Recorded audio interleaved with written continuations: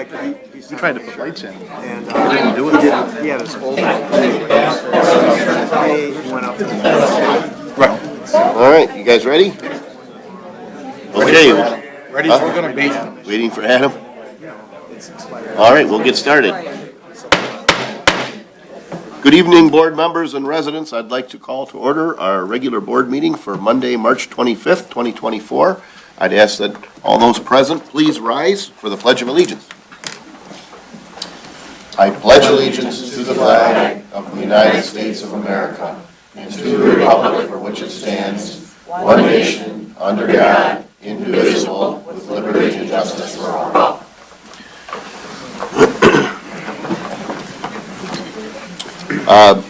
Ms. Elgott, will you please take the roll call? Mr. Badkins? Here. Mr. Brado? Here. Mr. Olgiati? Here. Mrs. Rose? Here. Mr. Tominello? Here.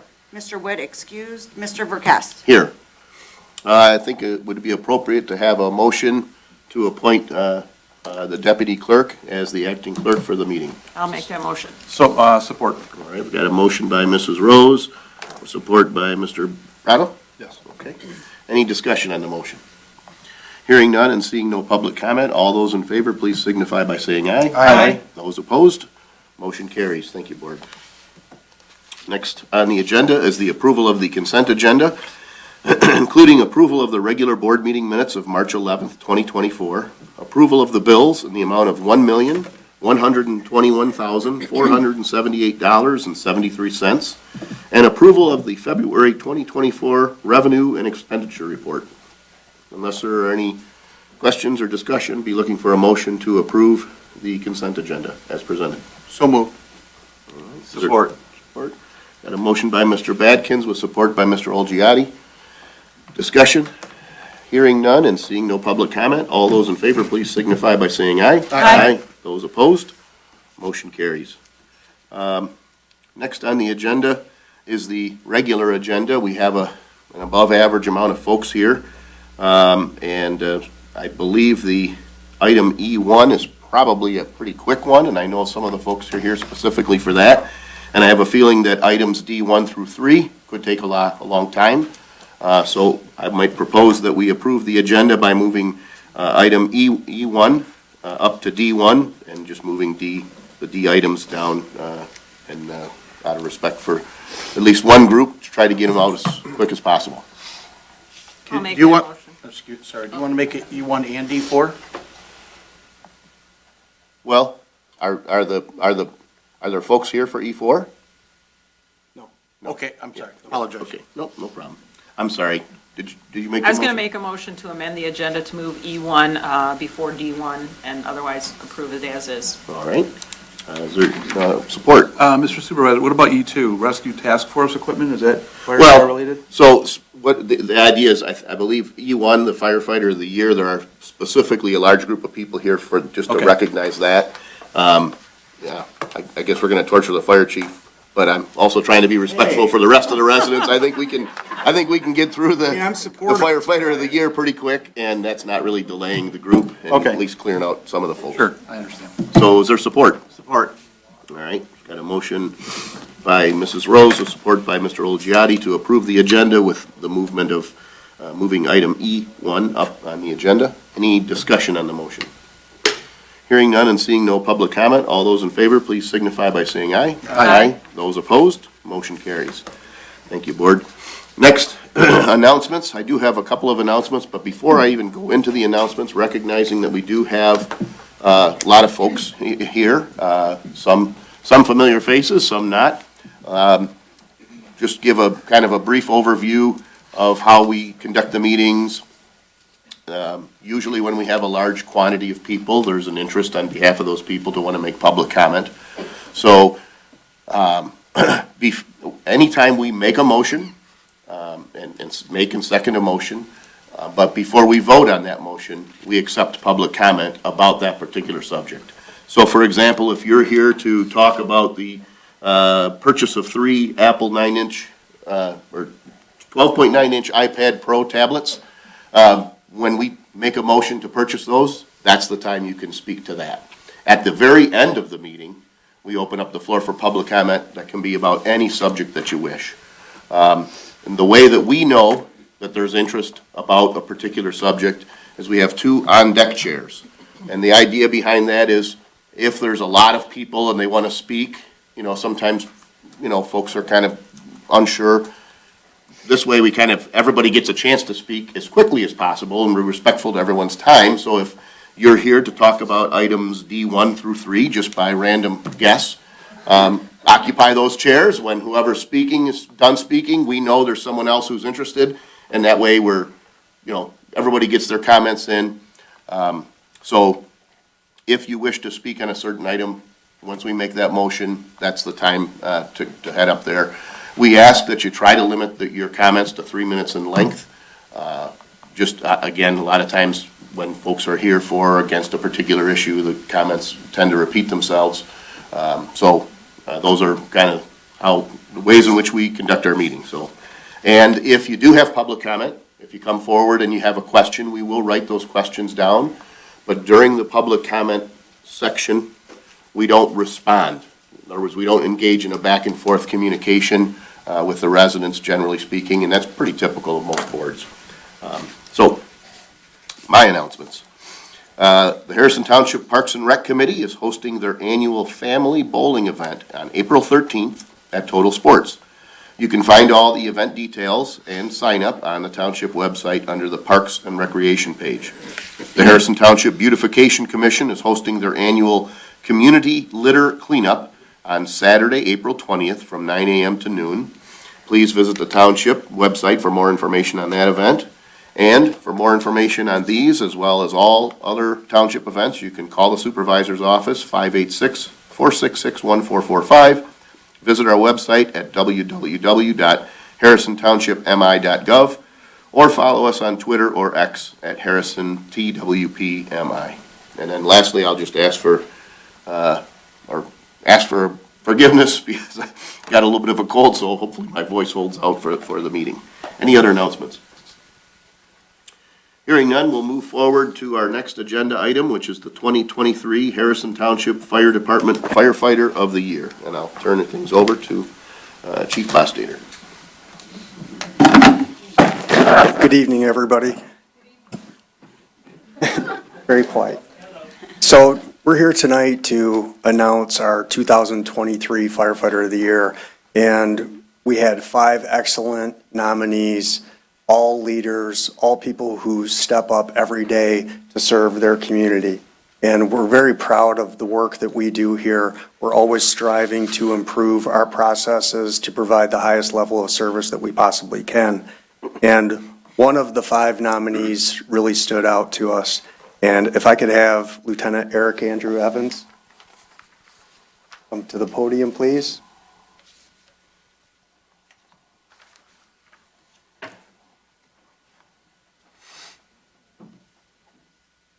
So when I think of a leader, I think of Eric Andrew Evans, and he is the epitome of a leader. He shows up every day, and he leads by example. And he not only leads by example, he mentors, he listens to people, he takes action on scene with precision, he makes very quick decisions, and they're always accurate.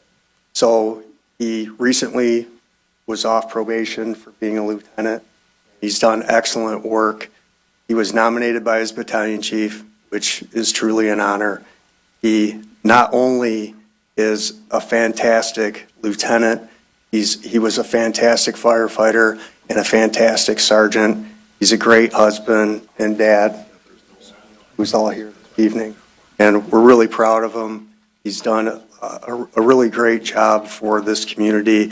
His heart and soul is in the fire service and always will be. And he will have his name engraved on a plaque.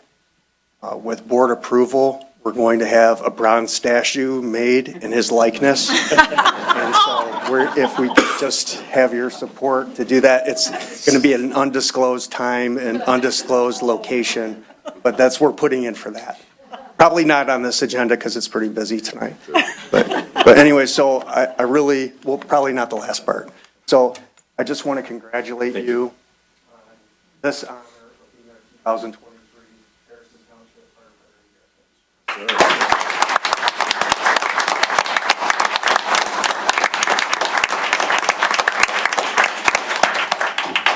I got to be honest, I wasn't going to expect to get in front of the podium and speak tonight, but first off, thank you, Chief Bostater, for the award. Battalion Chief Russell, thank you very much for the nomination for the award. It means a lot. You've been a huge, both you have been a huge mentor to me and my growth. And the one thing that I've learned taking a officer position is that leadership it's not a rank or a title. It's simply a responsibility to make sure that you're taking care of the ones that are around you. And I will tell you that this department is solid and it has a trajectory that is going nothing but up, and the culture is changing, and I'm very, very proud to step off the rig with each and every one of these guys back here, and it could have went either way with the other nominations. And once again, I'm very humbled to receive this. I also want to say thank you to my family, who's been very supportive of me. Last couple of years has been, if you know me on a personal level, has been kind of some ups and downs. So be able to persevere through everything that I've been going through, and still be able to achieve something like this, it's quite an honor. So once again, thank you, and thank you, board, for your time.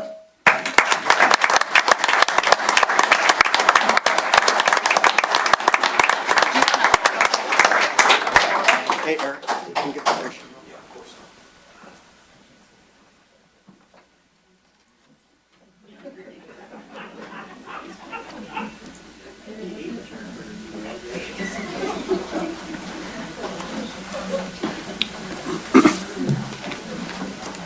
Well, thank you, Chief, and thank you to the Lieutenant and all of Harrison Township firefighters, current and past, for your service. Thanks for your time. Thank you. Thank you. Thank you. Okay, we'll move forward on the agenda. Item D1, public hearing number 1 for the Archer and Lakeshore and Riverdale and Powers Canals Sediment and Aquatic Weeds Removal Special Assessment District. Let me find that item.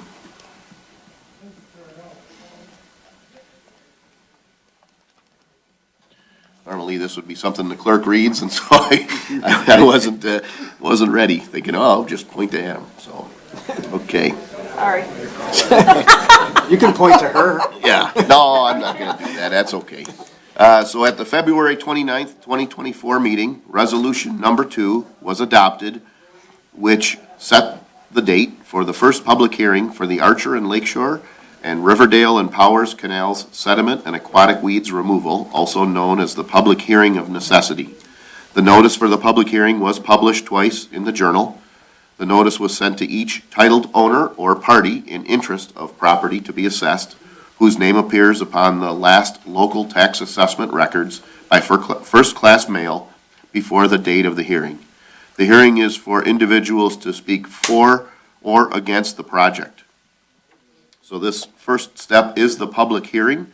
It is our clerk who normally handles these things, so I'll do my best in his absence. So we will open the public hearing. We'll take public comment. It is important, I should say, I'm pretty sure it's important at this meeting, this particular time, if you want to retain your right to be able to oppose this in a future action, that you need to identify who you are when you come to the podium. So our minutes will reflect, if you go up and you want to speak for or against this, you can, but if you want to retain a right in the future to oppose this, you have to identify yourself. So that way the minutes will reflect that you did come to this meeting and oppose the SAD. So if there's no other issues or questions, I'd be looking for a motion to open the public hearing at 7:15 p.m. I'll make that motion. All right. Support. Support. Got a motion by Mr. Badkins with support by Mr. Tominello. Any discussion on the motion? Hearing none and seeing no public comment, I believe this requires a roll call. Yes. Mr. Badkins? Yes. Mr. Brado? Yes. Mr. Olgiati? Yes. Mr. Rose? Here. I mean, Mrs. Rose, I'm sorry. Okay, and I said here, but yes. Mr. Tominello? Yes. Mr. Witt, excuse, Mr. Verkast? Yes. And I know I went in the wrong order. on That's that. okay. That's all right. I don't Sorry. think this was a contentious vote. So at this time, anyone who is present who wishes to speak for or against this special assessment project, now is your opportunity to do so. Oh, I did receive letters. I'm sorry, that's right, yep. From Mr. and Mrs. Provost from 32048 Power Street. These are all opposition letters. Letters of opposition. Yes. From Mr. and Mrs. Maluchnik at 32064 Power Street. Mr. Yester from 32032 Power Street. Ms. Spencer from 31975 Riverdale. From Mr. Stayert, 39125 Lakeshore Drive. And then I received I guess a petition of people that At least a group are- of signatures. Right, Yep. that are opposed, and some of them were already sent letters as well. Mhm. So, do I need to read all of the names? Or just record? I think they need to be in the minutes. Oh, so I do need to read all the names that are on here? No, I mean, I'm, in other words, you need Right. to, right, yeah. Okay, Yep. okay, I don't think they have to be read. so that's it. All right, so any public comment, we invite you to come up to the podium. If you know you have public comment, we encourage you to utilize the on-deck chairs, and, yeah, so you can come on right up and speak, if anyone else who wishes to speak. James Clark, 32175 Riverdale. Us on Riverdale and Powers, we are outnumbered on this dredging or sucking of the canal and whatnot. There's 120-some homes to 18 homes. Like, we're on our canal, let us vote on our canal. They're on their canal, let them vote on theirs. That's the only thing I get to say. I'm against it, and, you know, I talked, he came up and checked, he said, maybe 3 weeks ago, and with the clerks, and he said his name was on the petition as a yes.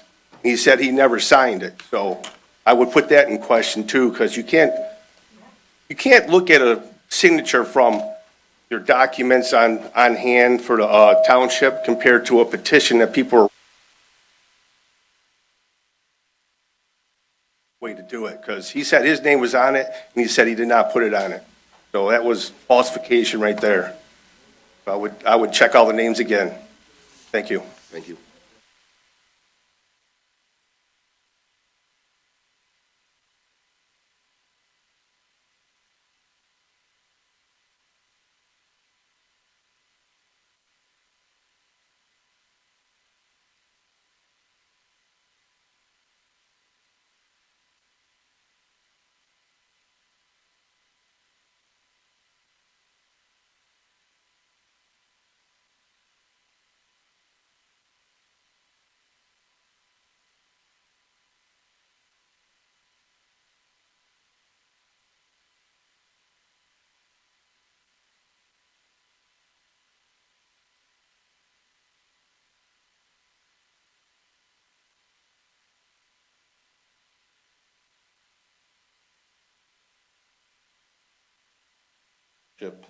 Don't know if you need the parcel number, but I can read that off as well. The address is. Okay.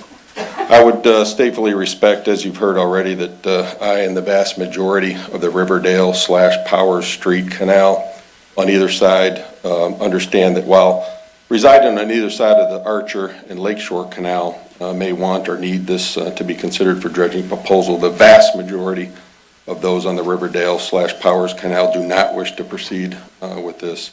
We request that the Riverdale Canal residents be removed from this proposal right away. We understand per the square foot and cubic yards proposal that's been drafted thus far that the removal of Riverdale should not affect any per parcel cost as allocated and proposed as written. So since the proposal is per square foot and cubic yards removal that we propose, that it means nothing to the per unit per parcel cost, and we be removed from that.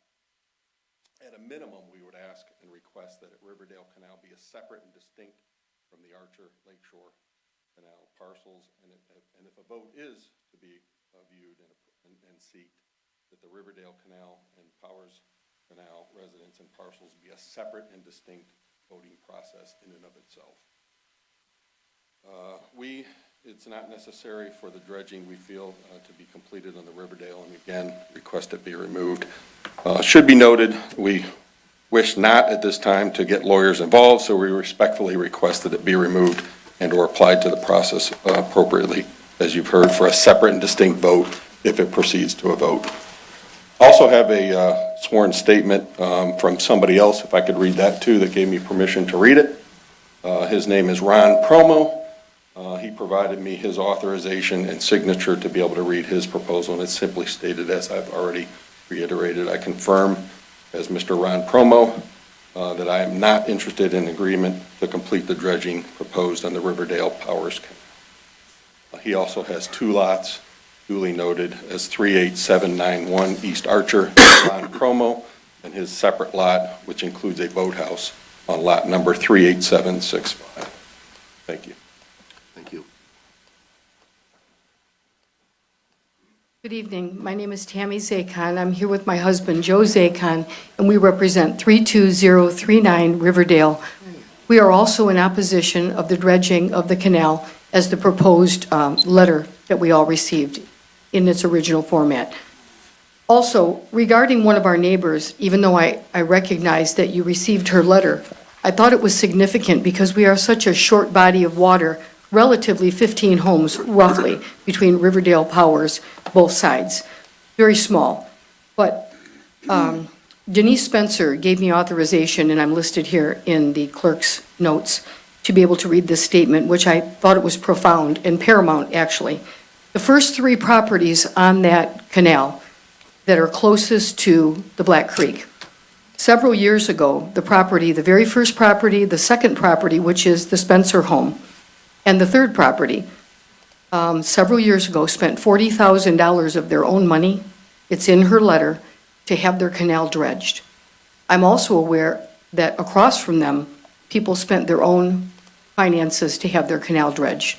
So in addition to us not needing it, you have people that have already done significant amount of work because it was important to them to do it at the time to preserve their property or what they felt was important.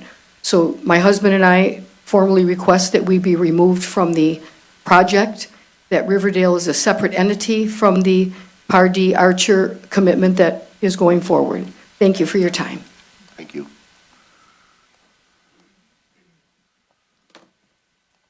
Hi, my name is Susan Guarneri. I live at 38960 East Archer, my husband, and, they decided to take out the bridge, so now that they're bringing bigger boats in, as the other person has discussed, it's their own prerogative to do so. We have a lot of senior citizens that live immediately right by us. I'm sure they're on fixed incomes, and I think the full charge of the $4,300 or the payments of $900 or whatever it would be is a little much for some people that are retired and are on fixed income. I am not on a fixed income, but I'm just trying to voice for people that may be able to voice for themselves or be able to come and discuss this. So I just wanted to say that I oppose to dredging. Thank you. Good evening. My name is Kimberly Gruenberg, and I am here speaking on behalf of Mrs. Burns, who is here, and Mrs. Ani, who is here. They were not comfortable to come up here, and so they, as per the letter, they made me their agent for speaking for tonight. They are both opposed to this. They live on Pardee, I'm sorry. Mrs. Ani's address is 38830 Pardee, and Mrs. Burns is 38874 Pardee. Mrs. Ani has 2 lots, and she's also confused as to is it she has to pay for 2, so are there 2 no votes that she gets to put out there? I know you can't answer questions, but I'm just putting it out there that that's one of her concerns in that respect. A lot of what we have written down here are questions, which I know you can't answer, but just some things to think about. And cost obviously is a huge factor. They're both retired. They feel like they're being, Mrs. Ani has been there 48 years, and at this point, she's feeling that she's being bullied to, sell her house so that people that can afford this or want this can live there and buy her house. I would think that the bullying aspect is not something a community would, readily want. If you look at a satellite photo of the canal, the Archer Canal is very narrow, extremely narrow. And I think anyone who would buy a home there would realize that it's not going to fit, no matter how much dredging you do. I've sat at Mrs. Ani's house on countless occasions and watched pontoon boats try to pass one another, and it's a tight fit. So just some of that. But I'm just going to throw out some of the questions. The petition that the young gentleman talked about, I agree with that. I was at Mrs. Ani's house when people came to the door about that. They never said that she needed to not sign it, or whatever. It would be nice to see the actual petition, to see whose names are actually on there, and if it is their signatures, if they actually did sign it. One of the big things that I noticed is the quote is expired. It was only good for 60 days, and it was from August of 2023. So those amounts have nothing to do with 6 months later, here we are, and I think the residents deserve to know what the actual amount like right now is going to be, because 6 months in this climate with inflation is a huge difference, I would wonder why usually businesses get 3 quotes when they want something done, and there's only the 1 quote for each thing. So that was just a question on my part as to, why is that, why were there not more votes to choose from to pick the best one, and not necessarily the cheapest, but the best. There's also conflicting, because on one thing it says the customer, meaning Mrs. Ani and Mrs. Burns, are going to be responsible for returning their property to the way it looked like beforehand. But then another one says, oh, we'll bring in seed and fertilizer, but seed and fertilizer isn't all that it's going to take. There's going to be ruts that are going to be on people's properties from the weight of this stuff. And what about the roads, the damage to the roads from the weight of the vehicles bringing in, gravel trainfuls of the mulch and taking the sediment out? And then there's going to be another expense that people are going to have tacked onto their taxes, because the roads are going to get damaged, or possibly, let me rephrase that, possibly get damaged. So, thank you very much. Thank you. Peter Drellick, 39364 East Archer. I am for the dredging. So unlike everybody talks, I don't have a 40-foot boat. I don't have anything. My 16-foot Lund barely gets down the canal with the motor all the way down. Right? Hold on. I didn't buy the house. When I came here, the bridge was already gone, the canal was deep, everything was fine. I do understand the canal is the narrowest canal, but if we don't start to dredge this, if we don't take care of it, that Riverdale Canal at the end, it will close off. It will go. You will have weed problems. You will continue to have issues. The sediment, all the bags, those are all valid concerns that can be taken up with the town, with the homeowners association. They've got a plan put together to take care of it, but I am for the dredging of the canal. Thank you.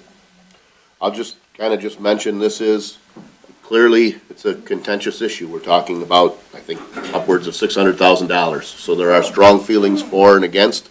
But the best way to get through this meeting, and you give everybody their opportunities, try to be respectful to whoever's at the podium while they're speaking. And if you don't like what they have to say, it's just better that you just don't talk out or, razzle somebody. Just be respectful, please. Thank you.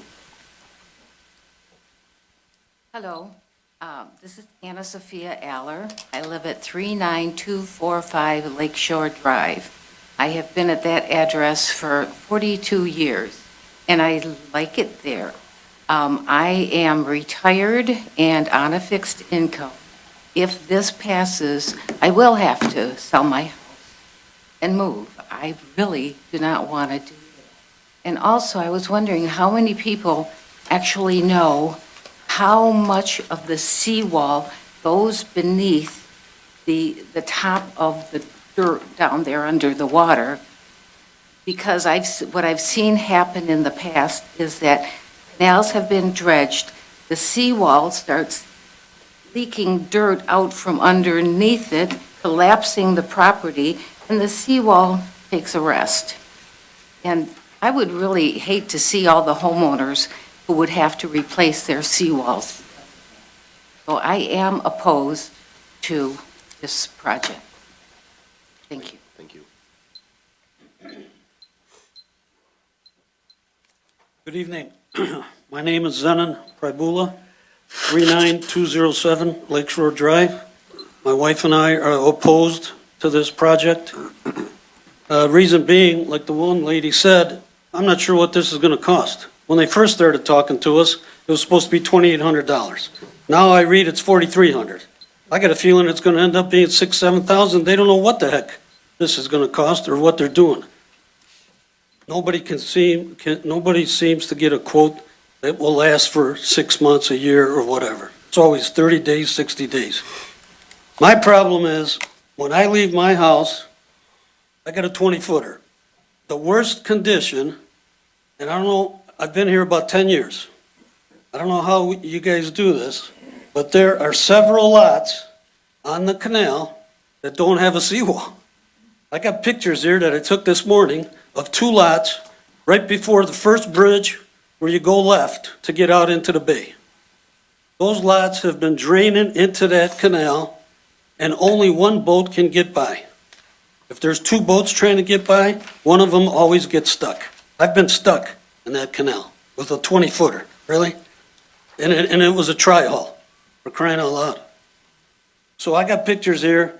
Those 2 lots, I mean, somehow you guys got to figure out, if you're going to have property on a canal, you got to put up a seawall, or else it's going to continuously erode and drain into the canal. That doesn't make sense to me. So you can dredge it, but that's a temporary Band-Aid fix, very expensive. I went to the City Hall today, talked with somebody there. It is possible, it's probably very difficult, but something's got to be done to get the homeowner to put up a seawall. If you don't have a seawall on the canal, then why are you dredging? Or why are you even going to vacuum or whatever they intend on doing? But I got pictures here. I'm going to leave with the secretary. I mean, the 2 lots right by that first bridge have eroded 3-4 feet. When I was there, it was like halfway up my knee, maybe a foot deep of water, as you're trying to, if 2 boats are going by. So I'm totally against this right now. You got to address the bigger issue of the seawalls, and this temporary vacuum fix is not going to last. Thank you. Thank you. 39207. Hello, I'm Pamela Kimmen, 32051 Riverdale. I'm against this. I built and paid for a 75-foot seawall 20 years ago. Back then, I had it dredged. It was expensive for me back then. We've done our part. I followed the rules. We follow everything. When we moved in there, we paid our price. We've paid our dues. The chemicals, I do agree, does nothing that you put in there and charge us. This dredging for us will do nothing because I've already done it. I've raked, I've gone down there with scuba gear and picked up stuff that has been there who knows how long. I was also opposed and totally against it. I wanted to petition so bad not to take that bridge out, because there are so many people out on that point. And now it's a highway along that lake shore for all of us in that whole point. I remember at the end of Huron Point, a party down there, and somebody was having a heart attack. I don't know if they died or made it, but it took them forever to get there. I've lived out there my whole life, and I remember the fireworks and the music coming from the roller rink at Metro Beach. We climbed up on our roofs and we listened to it and enjoyed it. But that also sucked, because somebody out there was having medical problems and nobody could get to our houses to help save them 50 years ago. So by taking that bridge out, I was against it. I'm against this too. The people who are new to this community on Lakeshore and Archer, they came in and probably brought those properties at a cheap price. And you know what? Their taxes should pay for this dredging. They need to catch up to the people who've been out here for 50-plus years and paying these taxes.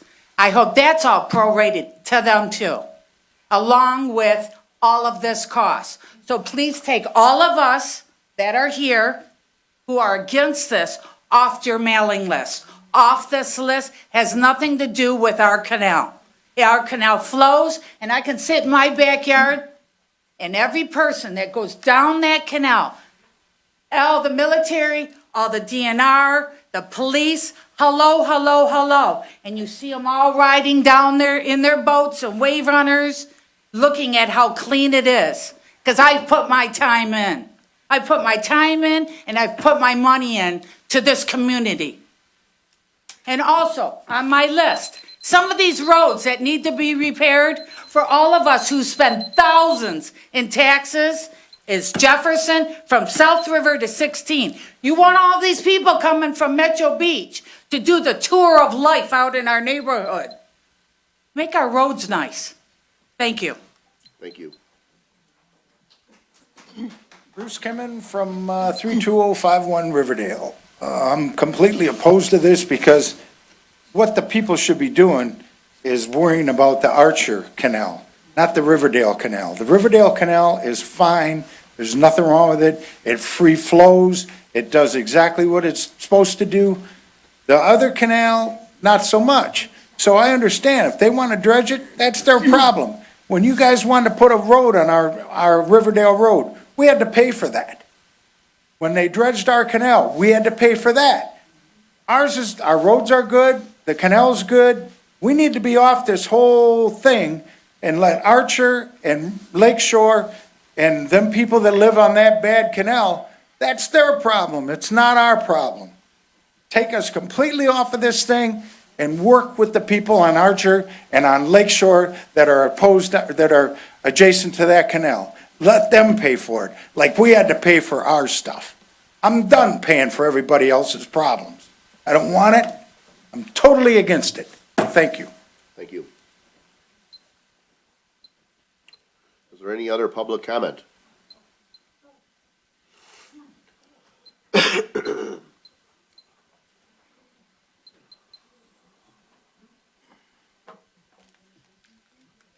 C. William Bardell.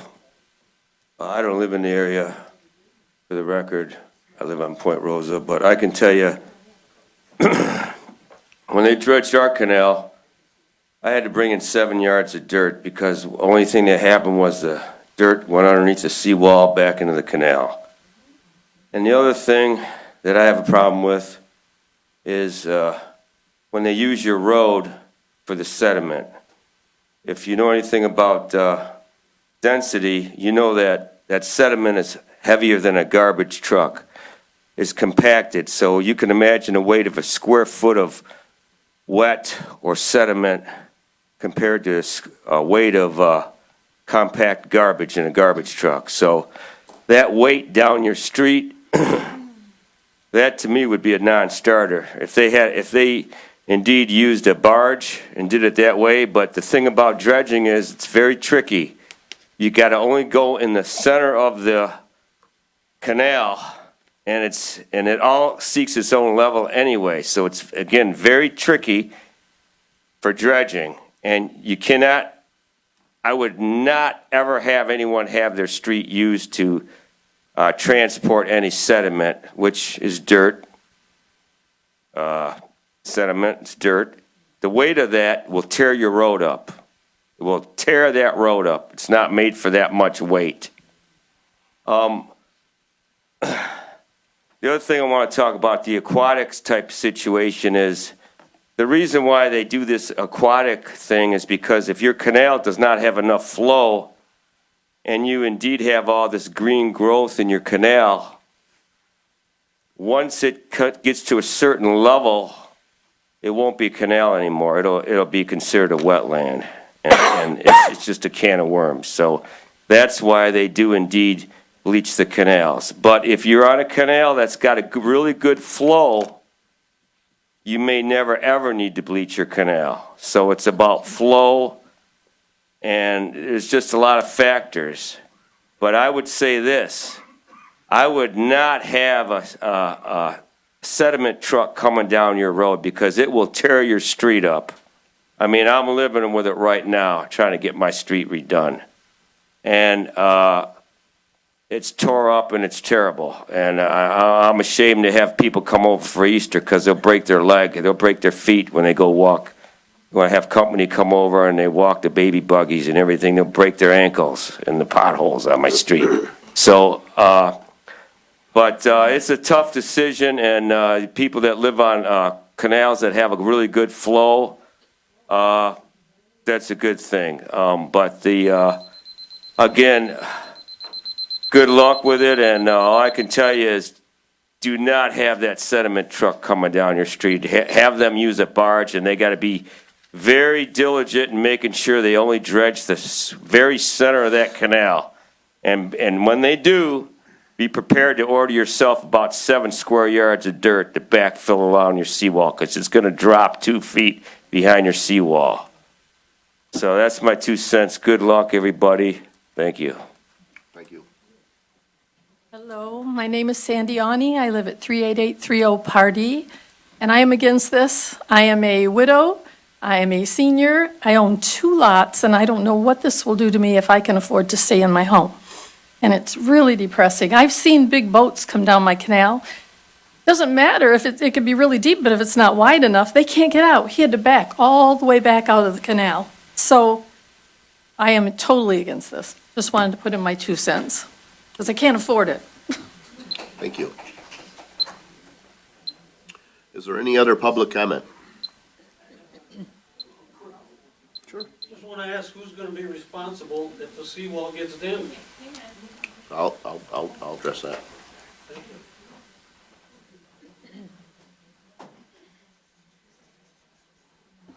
Real quick, George Dritzis, 39601 Lakeshore, smallest house on the block, haven't been here 50 years, don't have a 40-foot boat. I understand, I don't know nothing about your canal, and if they're right, maybe they shouldn't be on our list. Okay, gotcha. But I think number one gentleman was right, the people that have lots, if you have 2 and 3 lots, I don't feel sorry for you, number one. Number two, can anyone make them put a seawall in? That is a problem. Number 3, they're not going to dredge, they're going to vacuum, they're not going to be, they're taking the soot, they're not going to go into the hard pan, so your seawall will not bend out. It's not going to happen, it's just a fact.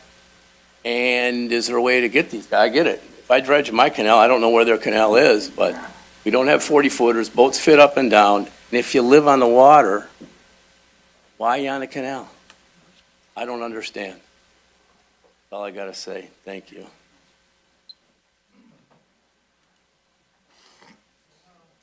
I'm Bill Casey, 3980084 East Archer. And the problem is I'm stone deaf, even with my electric ears. But I wanted to register my concerns, and so I printed them out, and I'd like to distribute them to you. And if anyone else is interested, I'll make a copy for them as well. Again, sorry we can't have a dialogue, even with my helper here. But I'm wondering if, how much careful analysis has been done of the situation? Has anybody accurately and systematically done bathymetric measurements? They're very easy to do now. You just take a depth finder and a GPS and a computer program, and you can map the bottoms of these canals very easily. They could probably do it all in a couple days. That would give us real information. And then, if there are trouble spots, and perhaps there are, why not just dredge those instead of doing the whole thing? My analogy is something like if you have a few potholes in a parking lot, there's no reason to resurface the whole thing if you can just fill in a few potholes. So anyways, I think that before I can make a decision, I have to be against it until we get more information. And also, on the back of this, there's a 100-year trend of what the lake levels have been. And they were at a record high 10 years ago, and they're on their way down now. So what does that mean? If they dredge now, they're going to have to dredge again in another 3 or 4 years when the lake levels continue to drop? Got to think about that. Anyways, I'll pass these along to everybody, and if you have further questions, I can maybe talk with you one-on-one. Sorry. Thank you. Thank you. My name is Joe Zakon. We live at 32039 Riverdale. I wanted to be clear that we're not opposed to our neighbors on Pardee, on their canal, have it dredged. However, the flow we have on Riverdale is consistently clear and clean, and we do not have an issue with that. Thank you. Thank you.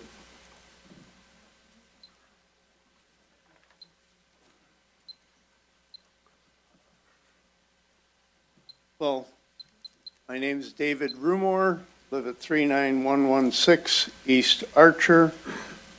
I never realized that Riverdale and Powers were included in this. I thought it was strictly a Lake Shore and East Archer issue. Obviously, the boats with the bigger outdrives are chewing a lot of mud when they go by us, so I'm really all for the dredging, but obviously neighbors down on the end don't really need it by the sounds of things. So still for the dredging, but I guess we need a little more information as to what kind of depths you've run into and some more of the engineering information that's needed. So we have a better idea of what's coming up. Thank you. Thank you.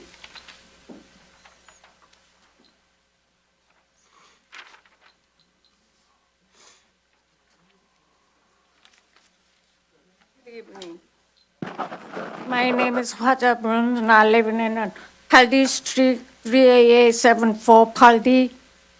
I put the seawall 2 years ago, and they dredged the front of my canal. Now what's going to happen, 2-3 feet from the digging, boats in and out. I don't have a boat. And now what's going to happen? They're going to wash up. My wall's going to cave in. Who's going to fix it? I'm a widow. My husband passed away 3 years ago. So who's going to fix for me? I spent a lot of money on it, a lot of problem with the contractor. So these people don't want it. I don't want it.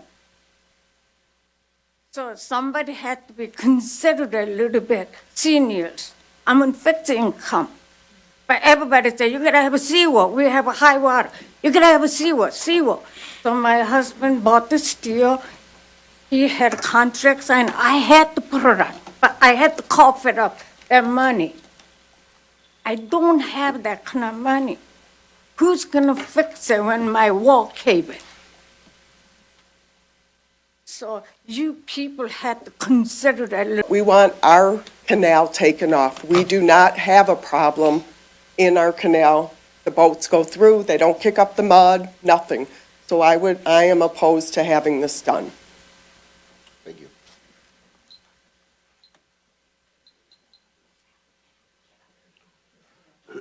Is there any other public comment? Any other public comment? Any other public comment? Seeing none, I'd be looking for a motion to close the public hearing at 7:51 PM. I'll make it. Support. Got a motion by Mrs. Rose, with support by Mr. Badkins. Any discussion on the motion? Hearing none and seeing no public comment, Ms. Salgat, will you please take the roll call? Mrs. Rose? Yes. Mr. Badkins? Yes. Mr. Brado? Yes. Mr. Olgiati? Yes. Mr. Tominello? Yes. Mr. Witt excused. Mr. Verkest? Yes. So, first, Thank you for everybody who came, support, opposition. I'm going to begin with maybe an explanation of how the special assessment, or SAD, Special Assessment District, or SAD process works. By law, a township, a municipality, but in our case a township, can enact a special assessment district. If we move forward with a special assessment district, there is a public noticing process.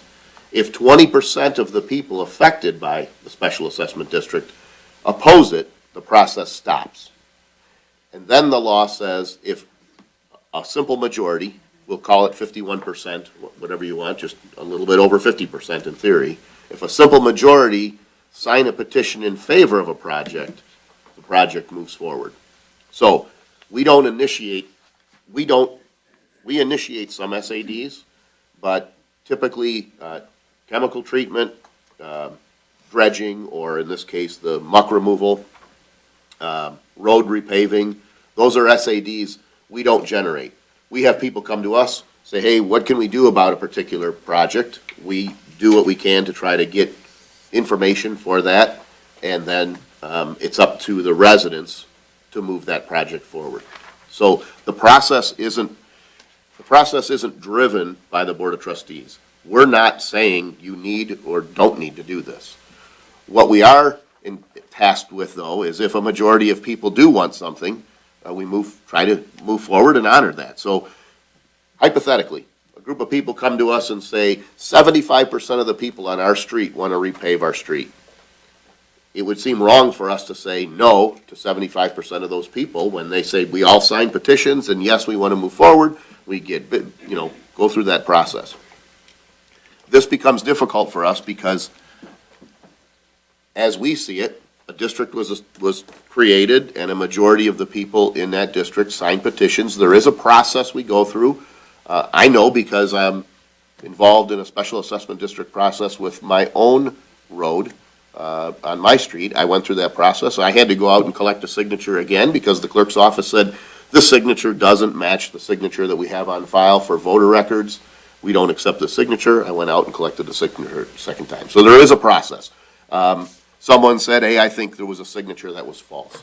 We do our best to verify the signatures, but, I mean, fraud is possible. I don't know to what length we could go door to door and knock at everybody's door and say, is this your signature? Did you in fact sign this petition?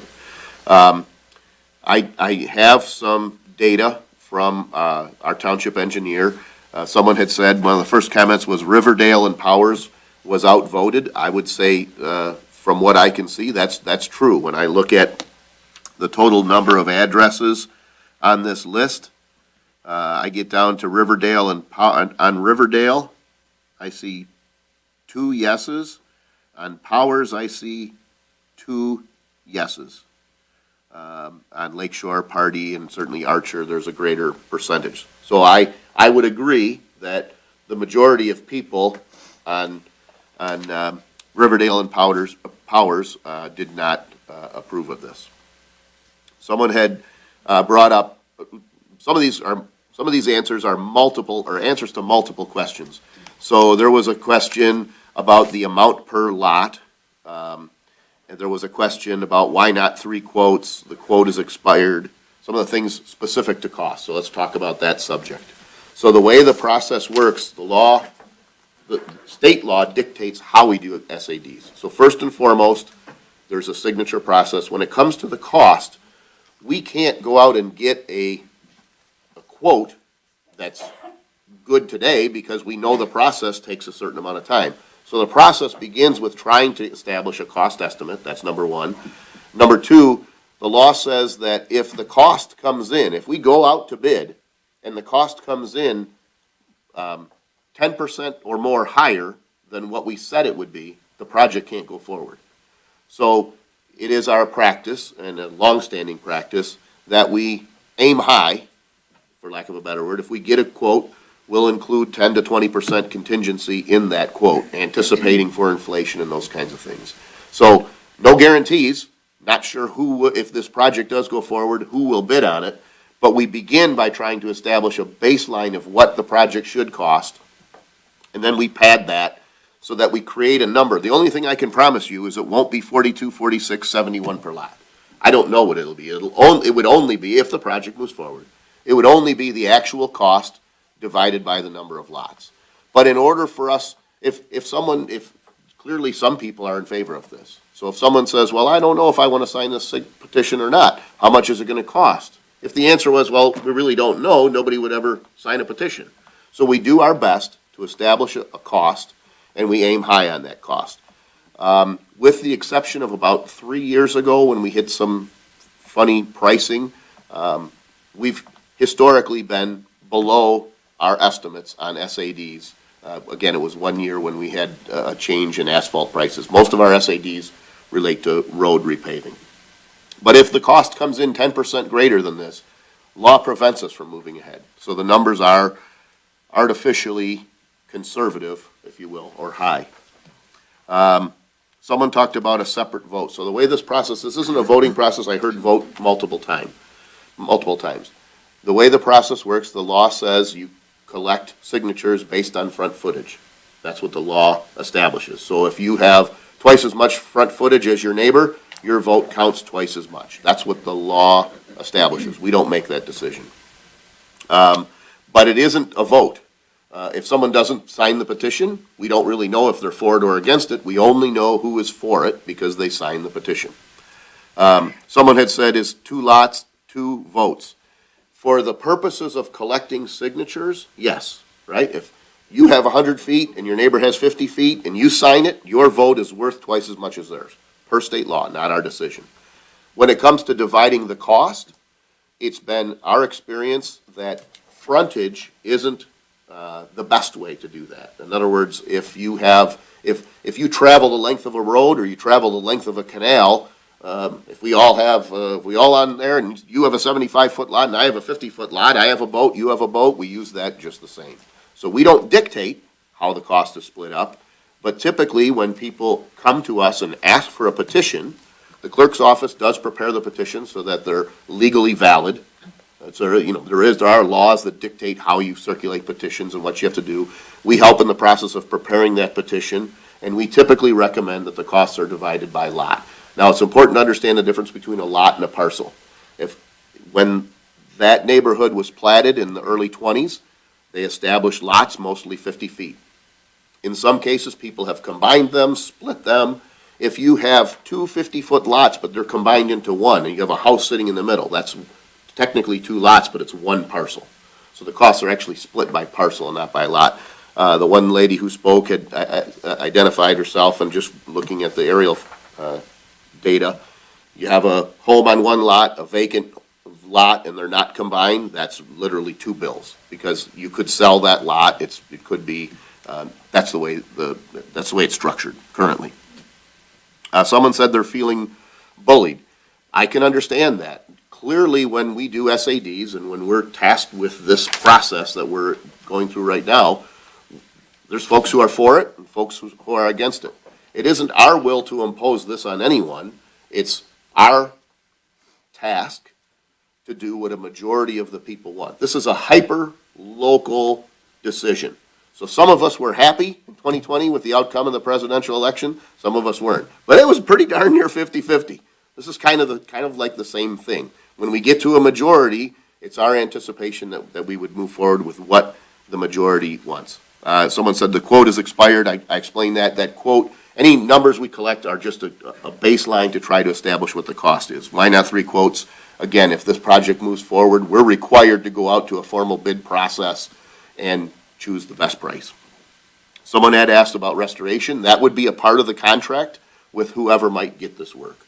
But certainly restoration would be a normal inclusion. Damage to roads, can't tell you yes or no, I'm not a road engineer, but the county, who is responsible for the roads, doesn't establish weight limits. So if there's a truck that's going to haul this material away and it's a legal truck, it's allowed to drive on that road. If somebody decides to build a home next to you and they truck in dirt, that same truck is allowed to come and go. So I can't tell you there's not damage to the roads or is damage to the roads, but we couldn't prevent this project moving forward because it involves heavy trucks. We're not empowered to do that. The county is empowered to do it, and they say any road in Macomb County, unless it's otherwise posted, is legal for any legal load in the state of Michigan. There was a conversation, a question about how deep does the sheeting for a seawall go, and the statement I wrote down was dredging could damage a seawall. This isn't dredging, so and again, I'm not saying I'm for this or against this, but the permit that comes with this prevents dredging. The state designates between the sediment removal and dredging. A dredging permit, I believe, is much more difficult to obtain. The sediment removal is really not unlike, if you've ever seen these, there's a reality show like Arctic Gold or something where they suck up the silt on the bottom of the Arctic Sea. Something like that, yeah, and then they filter it out. They say pretty parallel process. Divers going down, sucking up what they can with the movement, putting them into sediment bags. The sediment bags drain, they haul away the material. We're involved, at least in part, on a project similar. We did an SAD very similar to this probably about 10 years ago off of Jefferson, a couple of canals that chose to do it. So it isn't dredging. Can't sit here and say, well, it doesn't damage a seawall. I'm not licensed, qualified to say that. But from our experience, we're not removing the harder layer that someone pointed out where the sheeting is driven into. And any I believe our ordinance says it's 40% of what you put in. They're removing a much, much smaller amount. So I don't believe, we certainly haven't experienced seawall damage with other sediment removal projects that we've done. How much will it cost? I feel like I've addressed that. Someone said it could be $6,000 or $7,000. It can't be. It couldn't be any more than 10% over the 4246. So if it's $4,600, we can't move forward. Someone had said they're against the removal of the bridge. Very same situation. I don't say you're wrong in doing that. We were faced with that choice. The county said to us, you can remove it or it can remain. And I don't really want to make a decision in your neighborhood. So when we got to that process, we did our best to try to do a survey. I think we had 77% of the residents that were affected by it that responded to that survey, saying whether they were for or against it. A majority were for it. I think it would be wrong at that point for us to vote as a board to say, sorry, I'm going to leave the bridge in if a majority of folks want it removed. But trust me, I recognize there's folks that didn't want it removed, and I know a fella I see from time to time won't even talk to me because he's angry. I voted on it. I don't feel like it would be right, though, for me to take the majority of people who said, I want the bridge removed, ignore them because some quantity didn't want it. Just like I wouldn't want a minority of people to elect the president. Someone pointed out the road, Jefferson between South River Road and Metro Parkway is in horrible shape. I agree. So a couple things. Number one, Harrison Township is not responsible for any roads. We don't receive funding for roads. That's number one. Number two, road funding in Michigan is broken. It's been broken for decades, and nobody's fixed it yet. The governor has borrowed $800 billion for 4 years, which just means that there's that much less money. If we don't change the revenue stream, we're just pulling that ahead. So the next 4 years, everybody's got to pay back those loans. It needs to be fixed. The way we fund roads needs to be fixed. Cars are more efficient. Some cars are electric, and we're collecting a gas tax to fix our roads. However, there are federal funds allocated for that section of Jefferson. There's 80% federal money, 10% county money, and 10% township money. And we've committed to fund that 10%. It's up to the county, but currently I believe they have that section of Jefferson slated for, I think it's 2026. Is it? I think it's 2026. They move it. It happens from time to time. Sometimes maybe a project that was allocated. I'll use Jefferson at the south end of the township as an example. The money that paid for a majority of the road repaving for Jefferson from Shook, kind of south towards St. Clair Shores, was money that was allocated for a project in Warren. That money was freed up. They came to us, said, do you want it? We said yes. There was a match involved. So it can change, but the current, I think it's a TIP, TIP, the current TIP allocation for that section of Jefferson is 2026. Who's responsible if a seawall is damaged? Well, again, if any contractor's gonna have liability insurance. If there's an immediate and obvious damage because of something they did, that would be a part of a contract. This one, to me, this question, really, and a couple of the residents, at least one I recall, maybe two, who spoke in favor of this, kind of acknowledged the same thing. Can the limits of the SAD be changed? So let's talk about that for a moment. If there is, let's just say hypothetically that these roads that we're talking about, if East Archer from South River Road all the way in, Pardee, Powers, Riverdale, if all those were to be repaved, you might live really close to South River and just drive a short distance, or you might live all the way at the end of Riverdale and have to drive that entire distance, but you gain a benefit from the repaving of that road. You don't gain more or less. That's not how the law is structured. But the law does say, in order for you to be included in a special assessment district, there has to be a benefit to you. There has to literally be some benefit. It has to be some tangible benefit. So a question that I have as one board member is, when I do look at the canals and I look at the way the water flows, that canal coming from the Black Creek going directly out to the lake has a different kind of hydrology than the loop that kind of just goes around. So I could understand that there's probably more sediment between East Archer and Lake Shore all the way back to that bridge, as opposed to running along, I was going to say, yeah, Riverdale would be, to me, the one, yes, Riverdale and Powers, right? I could understand how the flow between there's a different level of hydrology based on lakes, the water and the way it moves, wave action, currents, things like that. So I can understand how someone might say that section of this SAD might not benefit as much. Inversely, hypothetically, if you could exit out to the Clinton River going the other way, then there would be an argument that you'd have value in traveling down that East Archer and Lakeshore Canal because you'd utilize it. But I can't imagine that if I lived on Powers or Riverdale, that I would have much reason to travel down that canal that's now accessible because the Pardee Bridge is gone. So to me, that's a tangible statement, and I can understand how I might feel if I were included in that and I didn't feel like I needed to be dredged. So for this board member, before I'm comfortable in moving forward with this process, I've got to understand whether or not there is sediment in that Powers Riverdale section of this SAD, because if there really isn't a benefit, then I'm not comfortable including that in the dredging, in the cost. Someone asked how much analysis has been done, depth mapping. Again, so what happens with these projects is there's zero funding so far, right? So the township is spending money. It's okay, it's your money, but there's thousands of people who don't live in this neighborhood who don't want us to spend $50,000 to analyze this. So when we go into an SAD, we try to, as reasonable as possible, come up with a cost estimate and be able to determine how it might be split up, because when all is said and done, it's that 4246 or the 900 and some bucks a year for 5 years. That's what people are going to make their decision on.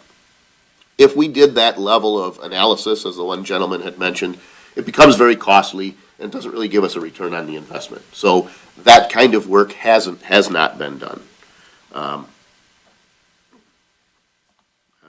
Someone said, can partial dredging be done? An SAD can be structured. The only thing we're tasked with is to make sure that it's fair, that everybody's included, benefits from it, and that the costs are divided in a fair and equitable manner. Anything can be proposed. Partial dredging, someone can come in. I mean, you're probably not going to do an SAD for 3 homes. You might as well just all chip in and do that. But if you're talking about a significant cost, $600,000, you're going to go through that SAD process. We don't dictate the limits. That's ultimately up to the residents who come forward and say, a majority of us want this. Go get your petitions. When you get a majority of petitions, we move forward. What impact will lake levels have? Well, look, if we knew that, I can't predict that.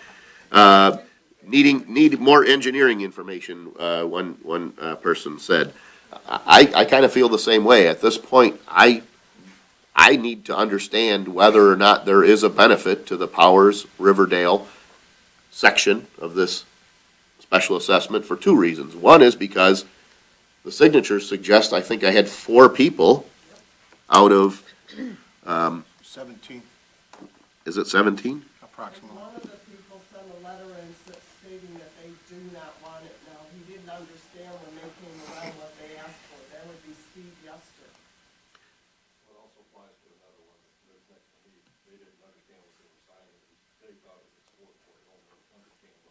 Yeah, but my point is whether I include, remove someone, 4 out of 17 seems like, seems like a pretty small minority, right? And so, without understanding what that benefit is, it's difficult for me to say if the inclusion of those 17 properties is truly fair. I don't know at this point. So, so when someone says we need more engineering information, I agree. And at this point, without understanding that, I don't think it's reasonable to move forward, because, and Mr. Kirk, I'll kind of look to you, but hypothetically, if we include a segment of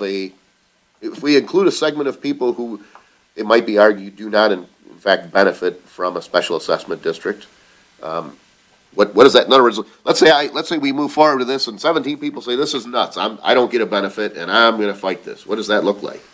Well, it's up to you to determine whether or not there's a benefit to these people, such as you have to take into consideration. Right. What steps they take after that, I don't know, but. Right, but I mean, there could be the potential for litigation if they feel that it isn't fair. Sure, there's a statute you have to follow. If they don't feel you followed it. Then it falls on us, right? And I say that because as much as I want, we've got 144 listed names on here, I think, and again, plus or minus.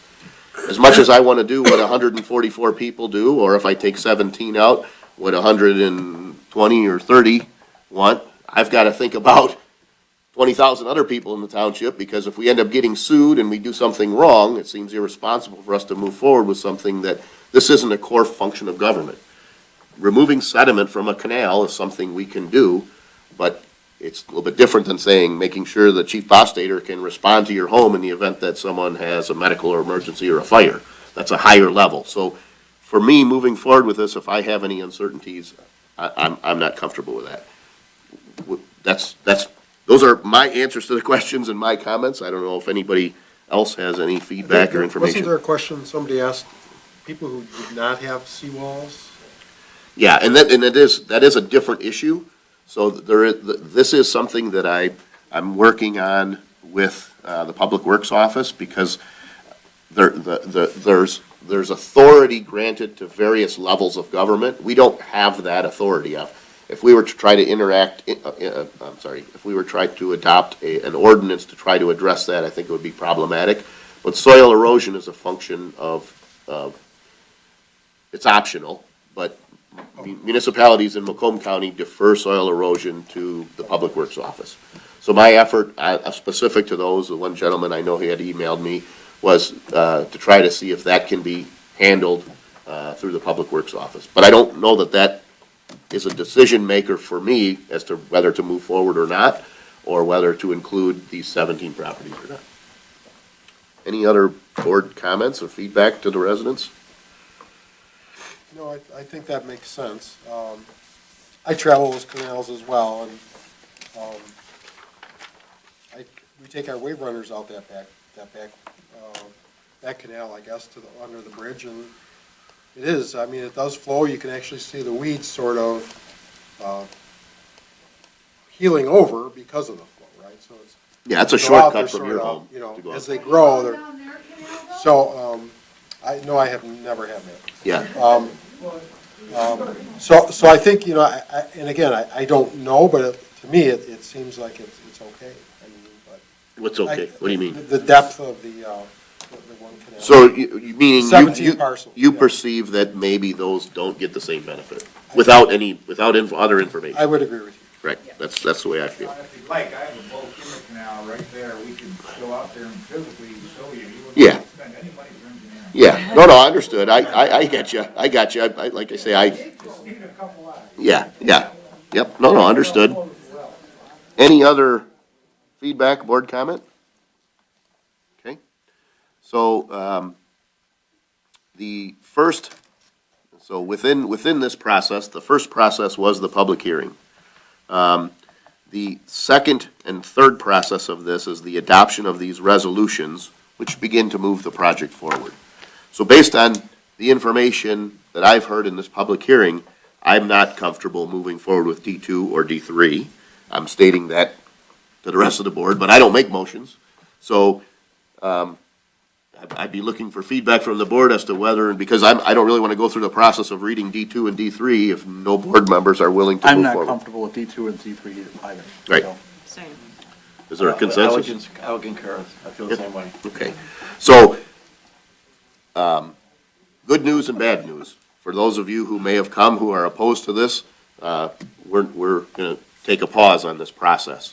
The bad news is, we have, Adam Witt is an excellent clerk. He's immediate past president of the Michigan Clerks Association. He's a leader. He would know the answers to what this looks like. I don't have the answers because the clerk's office handles SADs.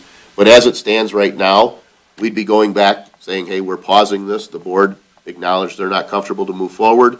Do we want to reevaluate the scope of that? Do we want to maybe eliminate those 17 properties?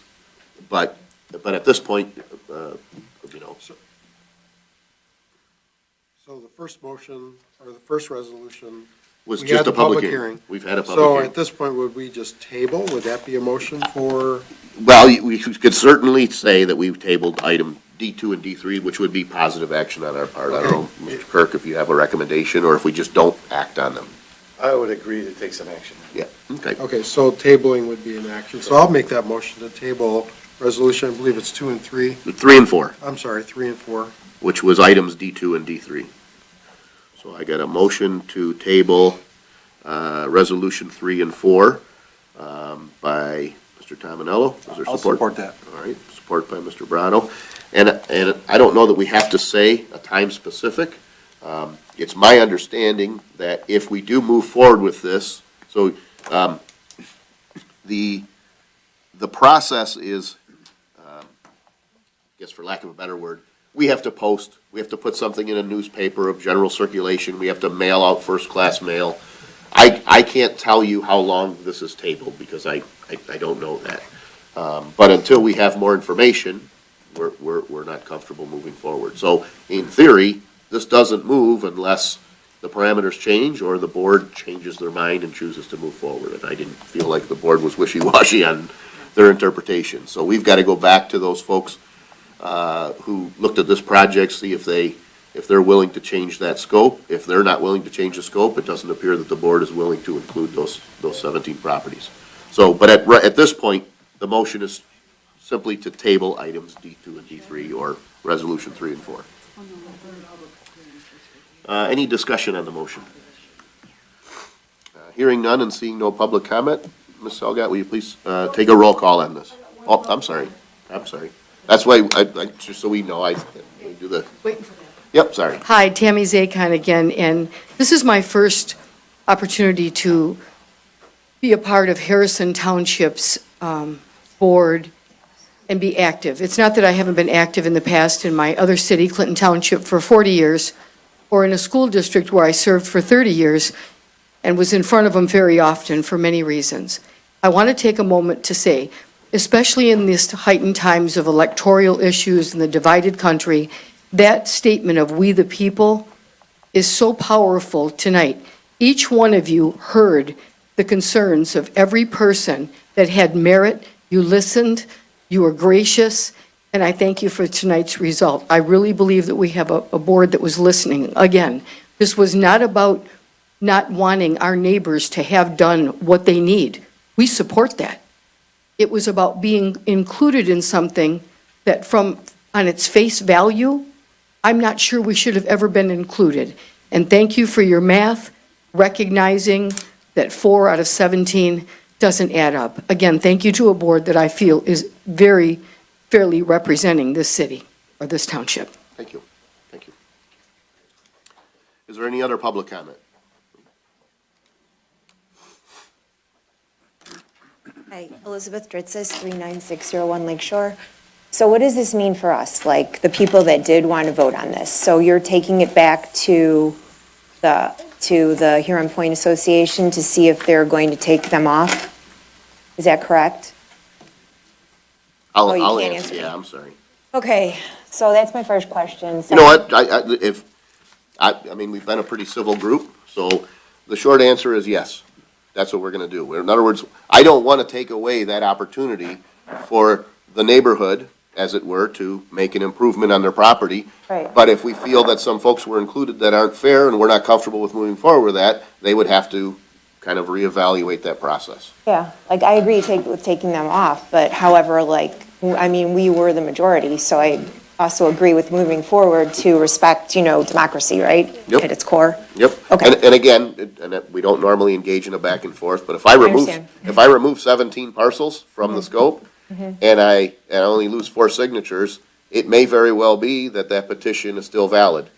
That's the part I don't know, Well, right? I can And- get and- more 4 signatures, I mean. Right, but yeah. what I mean is on one hand, you say, okay, well, you remove 17 parcels and only 4 people were signing it. Right. But when that cost changes, Mr. Smith, who signed this, saying it was gonna be 4642, and now you're like, wait a minute, it's gonna be $5,000 when I take those 17 out, they could change their mind. So my instinct is that we would probably have to collect more signatures, but I can't predict that at this point. That's my expected answer, because I don't think we can continue with that current petition, because it was based on a cost that's no longer valid.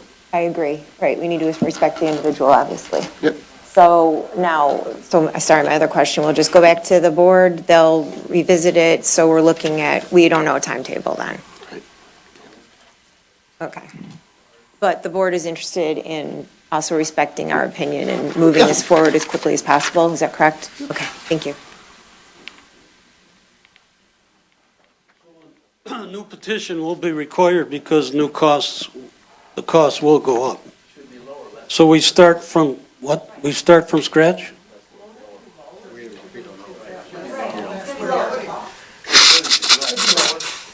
Could be lower. I'm not here to We don't answer that know. question. Yeah, we don't know. I agree that we'll need a new petition. Okay, my new petition will be required. Okay. Did I understand you to say that if 20% of the landowners oppose, the project stops? Or the SAD stops? I can answer that, but yep, That's my last question. okay, Thank you. thank you. It's okay. Who determines the 20%? My name's David Rimmer again. My boat only needs 14 inches of water, so the depth doesn't bother me. I'm baffled that my big boy friends on our Archer and Lakeshore Canal aren't here, in favor of it and showing it. I'm also baffled why Riverdale and Powers were included in this. It doesn't make any sense why they were part of the initial program. I thought all of it was strictly for, the help of Lakeshore and Archer Canal. Just kind of lost as to what happened with it and where all the big boys are tonight. Thank you. Is there any other public comment? Seeing no further public comment, we'll close the floor for public comment, move back to board comment. The one resident said, what does this mean? At this point, again, I don't know if that cost changes, if that petition can be used. My instinct is that the process probably starts over, but I'm not prepared to answer that with certainty. What does that timetable look like? Again, I don't know that. I don't think we're gonna be talking about this in 2 weeks, let's say that. One resident asked, would we respect the decision? Yes, this isn't a desire to say the project can't go forward, but when the limits included someone that we think maybe doesn't have a benefit from it. In other words, if you're here and you're on East Archer and in Lakeshore, it's probably coming back. And if you were against it, you're I have a different issue then, because at this point, again, remove 17 parcels, remove 4 signatures, the percentage is even greater, which suggests to me that a majority of folks on East Archer and Lakeshore want this, but that we had problems with that. So respecting the will of the people, that's what we want. Question about the 20%. The SAD process doesn't require signatures. So hypothetically, let's say that this board determined in our wisdom that this canal needs sediment removal. I don't have to have signatures to move forward with an SAD for sediment removal. Now, you might argue, well, that'd be pretty stupid if you're moving forward and people don't want it. But if we begin a process and we go through that public notification process without any signatures, and 20% of the people affected, right, whoever it is, we have to declare this many lots. If you look in our resolutions, it has your parcel ID numbers. It's very, very clear what properties are included. So if we begin a process and we mail out letters to all of you who would be affected by this, hypothetically, and we put it in the paper, and 20% of you say, we sign a petition in opposition to this, by law, the process stops. Then 51% in favor of the project means the project goes forward. So the only way there's a 20% is if we voluntarily impose this upon this district without any input from the people. Because of that, we typically don't move forward with special assessment districts until we get 51%, because that makes it pretty much opposition proof, with some exceptions where, like what we experienced today, where we said, well, we have a group of people at a public hearing say, this doesn't benefit me and I should be removed. So I don't know, hopefully that answers. The 20% or the 51% is based on the district, the group. So when we draw a line, properties that are included in there, based on front footage typically, are either for or against the project. If they're for it, they sign it. When we get to 51, the 20% doesn't matter. 20% stops us if we start the process without public input. Yep. Any other board comment? Well, just looking at the Lake St. Clair monthly means water level that was published by the U.S. Army Corps of Engineers, and I believe that it's a projection, right? In July of '23, the water level was approximately, I'm squinting, so I think I can see it, right? About 574.8 feet. Right now, it looks like it's about 4 to 6 inches lower than that, but by July, it's scheduled to be at the 574.8 again. However, this is forecasted at January of 2025 to be at 573.5, which is a foot lower than it is today. So I believe if people are having problems today, and it follows the schedule, that yes, there's going to have to be a certain. I'm just adding to where you're going with this, Mr. Supervisor, is something's needed for people with their vessels now. Mm-hmm. And it ain't getting better. And apparently it's not getting better. Right. So. Yeah, and again, removal of that bridge changed what vessels could go up and down that canal. It changed the value of some of those properties. And it stands to reason as a representative of your neighborhood. It seems feasible that folks on that canal might want to dredge because it had been limited before. 19 and 20 were record high years for water level, so the problems we were worrying about were sandbags, not dragging bottom. But as the water starts to go down and some folks buy, so a couple folks said, well, I bought recently, moved in recently, we start to see this problem. And typically, a majority of folks come together and say, yep, let's do this because we spent all this money on our home and I can't bring my boat to my backyard. So that concept seemed reasonable. So, and I agree. I think this is probably coming back, and I still think the concept has merit. Yep. It's just how we Just split it wanted up. to point that out. I'm sure everybody probably already did that homework. Any other board comment? Hearing none, just for the record, Ms. Salgat, will you please take a roll call on this vote? Mr. Tominello? Yes. Mr. Brado? Yes. Mr. Badkins? Yes. Mr. Olgiati? Yes. Mrs. Rose? Yes. Mr. Witt, excuse, Mr. Burkowski? Yes. So those items are tabled until further notice. All right, moving forward on our agenda, the chief is excited to move to item E2 regarding rescue task force equipment. Thank you all for coming out. Thank you.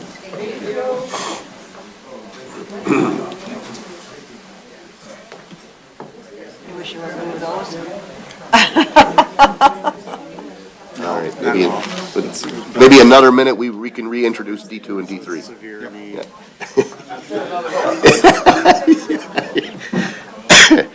All right, chief. So before us, we have, I'm sorry, you probably don't have that, I'm sorry. Before us, item E2, Macomb County Emergency Management defined rescue task force equipment necessary to respond to and effectively work with law enforcement to actively treat and transport injured victims during an active shooter incident. The addition of this gear will provide the appropriate amount of equipment for every fire apparatus and squad within the Harrison Township Fire Department. This gear, combined with rigorous scheduled training, will best prepare us for a worst day incident. Approval is requested to purchase the following equipment in preparation for an active shooter type incident: 10 point-blank FRK plate carriers, 20 point-blank SPLT 555 steel plates, 60 Voodoo Tactical tourniquet pouches, 10 Voodoo Tactical enlarged BDU wallets, 10 Voodoo Tactical rounded utility pouches, and 12 point-blank PASGT helmets. The total cost for this additional equipment is $10,209. I'll make a motion to approve the purchase of the rescue task force equipment from NYE Uniform in the amount of $10,209 and hope we never need it. Yes. Amen. Support. Amen. All right. Any comments, discussion, questions for the chief? Hearing none and seeing no public comment. All those in favor, please signify by saying aye. Aye. Those opposed, motion carries. Who supported that? I did. Oh, Next on the agenda, item E3, to purchase 3 Apple 12.9-inch iPad Pros. Board members, Fire Department is requesting the purchase of 3 Apple iPad 12.9-inch Pros with Verizon Mobile Broadband Unlimited Public Safety Service. These units will complete Phase 2 of outfitting our fire apparatus with the same technology successfully used on the 3 squads and battalion chief vehicle. The iPad Pros will receive pertinent dispatch information directly from ComTech and also provide pre-plan information related to commercial buildings when responding to fire-related incidents. So the cost of these 3 iPad Pros is $3,599.97. The plan for service for those will come to an additional $119.97 a month. And I really think this is something warranted, so. These are like $1,200 a piece. Yes. And we get them, so our service does go through Verizon, so I mean, you're kind of like, at this point, you're sort of locked in, you're not really saying, okay, I'm gonna get a quote from T-Mobile, and, you know, when you've got our service running through. And the reason why we did it in phases was that we really wanted all of our individuals, all of our personnel that are on our squads to be kind of our beta users. It was newer technology as far as the software that we were using, and it's fantastic. So they were our beta users. This is phase 2, so this will outfit the remainder of our fire apparatus rigs. Discussion? I have a discussion on the former item. You guys went too fast for me. How long will that equipment last, assuming we don't have to use it? The protective gear and all that stuff? So typically with gear like that, it's anywhere between 10 to 15 years. Oh, okay. For fire gear, it's 10 to 15 years. The ballistic vest, I don't exactly have the answer for that. Right. But I can find out. I would think that, you know, how is it stored? How well is it taken care of? Because the biggest thing is that, you know, the county is acknowledging that we need to be better prepared. And while we've done some training, it kind of all took a back seat to COVID. So COVID kind of took over for a number of years when they were just getting started. So everybody's back on track now, and they had some grant money, and they provided us with our first vest, and so we wanted to make sure that we were getting like equipment. So we've made it a priority at Harrison Township Fire Department to make sure that we are trained and prepared because of our schools within our borders. And, you know, we're all responding collectively too. So we do, through the Medical Control Authority, Macomb counties, we did a mass casualty incident, and we did training at Kensington Church. And it's really eye-opening to how well we do some things and how other areas we really need to improve upon. And so, you know, it's not very often that we get to work on that large of a scale with law enforcement. So while we will have ballistic vests and helmets, we won't necessarily be going first in, we would be second in. So police officers or our sheriff deputies, you know, they've changed how they respond because of all of the mass casualty that we've had across the nation, and faster is better. So they're getting into the schools, into the public places of assembly as quickly as possible, and they are trying to isolate the shooters, and we are coming in with the second wave, and we would have 2 deputies with us, and basically everything that we have on our ballistic vests. We have tourniquets, and we have bandages to be able to stop bleeding and control bleeding. And then we're immediately out of the school and transporting. And so we're transporting our minor injuries farthest away from the incident and our most severe closest, so that we don't flood any one hospital and trauma one center. I appreciate that explanation, thank you. Yeah, you're welcome. Okay. Any other questions, discussion? Hearing none, we've got a motion by Mr. Brada with support by Mr. Badkins for the purchase of the 3 Apple iPads and data. All those in favor, please signify by saying aye. Aye. Those opposed, motion carries. Thank you, Board. Next on our agenda, item E4. This is promotion to engineer. As you may recall, in our most recent collective bargaining agreement with the firefighters, we established the engineer position. Firefighters William Nolan, Austin Masalskis Hardy, and Dustin Curry have met the contractual requirements to be promoted to the position of engineer. The effective date of the promotions for wage purposes will be March 21st, 2024. And the cost is already in the wage part of the contract. And we chose March 21st because some of you may know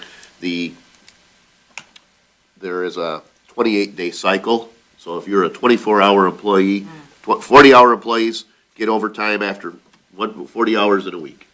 If you're a 24-hour employee, the cycle can be as large as 28 days. And that is we use that in combination with a rotating Kelly schedule. So it's really once every 28 days is kind of an opportunity to start this. It made most sense to do it this way. So it is, the ask is for a slightly retroactive approval. I'll make a motion to approve the promotion of firefighters Nolan, Masalskis, Hardy, and Curry to the position of engineer effective March 21st, 2024. Okay, is there support? I'll support that motion. All right. Any discussion? Excuse me. Hearing none and seeing no public comment, all those in favor, please signify by saying aye. Aye. Those opposed, motion carried. Thank you, Board. Next, so you're free to go, Chief, but I'm sure certainly welcome to stick around if you choose. I'll send you those photos. Next on the agenda is item F1. Board members, I think we talked about this, was it 2 or 4 weeks ago? I don't remember. 4 weeks ago? 4 weeks ago. And the request was to table this portion of the conversation and bring it back today. So the last time the Board of Trustees did a salary comparison was in January of 2018. We did adopt a policy in February of 2021 that adjusted the salaries of the full-time officials and their deputies based on the inflation rate multiplier, which, as you might recall, is associated with what the taxable increase for property is. However, the contracts for the employees included raises for the last 2 years that was less than inflation, and as a result, we approved raises for less than inflation for the 3 full-time officials. In the board packet is a salary comparison. It shows the information for similar and neighboring townships along with averages. The comparison was completed in 2023, so some of the salaries shown have been increased. The proposal before you is to make the changes to salaries for the supervisor, clerk, and treasurer effective November 20th of 2024, which was the same that we made effective for the trustees. And the proposal is for $95,000 salary, and the salaries would not be adjusted per our policy on January 1st of 2025. I also did receive a request from a board member, and so I did send a kind of a, I guess, for lack of a better word, kind of an analysis of what the salaries have been historically, the amount that they were raised 22, 23, and 24, and the amount that the salary, that the current salary for the 3 full-time officials would be had we followed our policy and increased the salaries by the inflation rate multiplier. So current salary is $87,665. Had we followed our policies, current salary would be $91,110. So, having said that, and having discussed it at a last meeting, I think the reason we tabled it is because we had 2 trustees who were absent, and the desire was to make sure that we talked about it with all of the trustees and not a minority or half of the trustees. So that would lead me to believe that if the trustees have some feelings or opinions, so at this point I hope to hear from them and deliberate.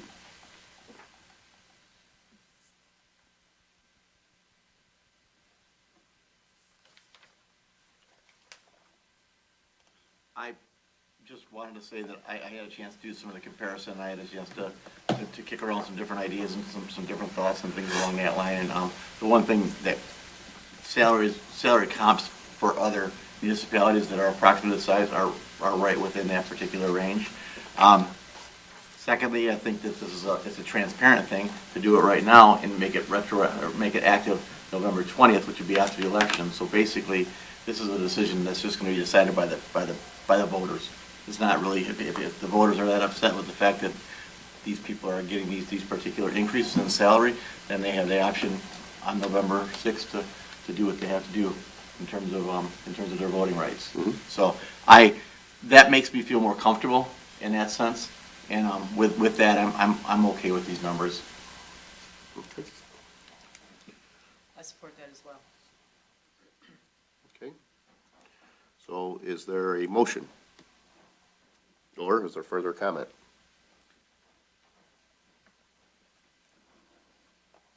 How does this compare with the other union increases? This appears to be in the range. I'm trying to look at all these at one time here. These look like they're 2%, 4%.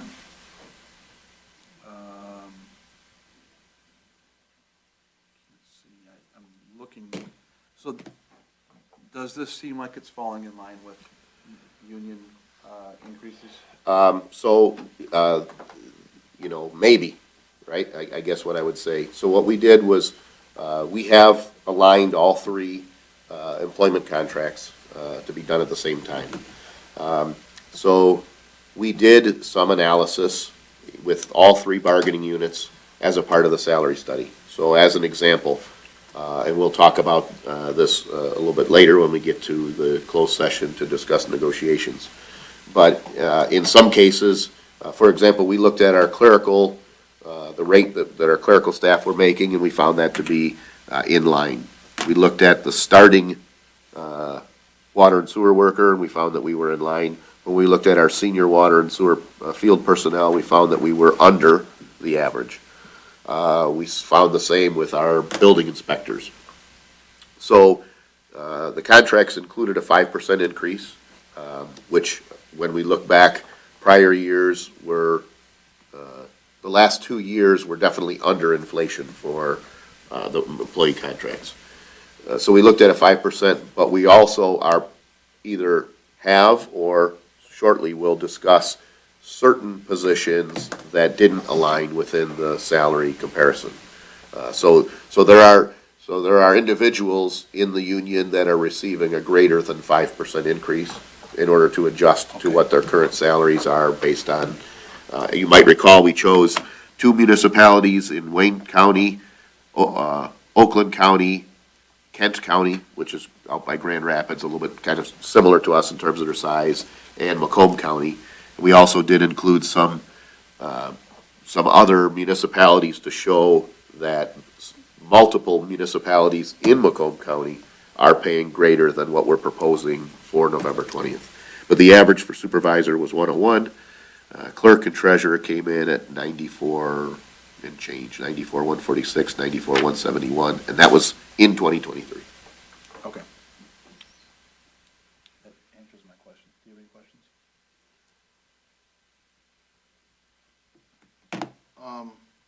Yeah, if I did the math right, based off the salaries this year, it's 7.85% from the salary, not from the IRM rate that had we applied the 5% versus the 2%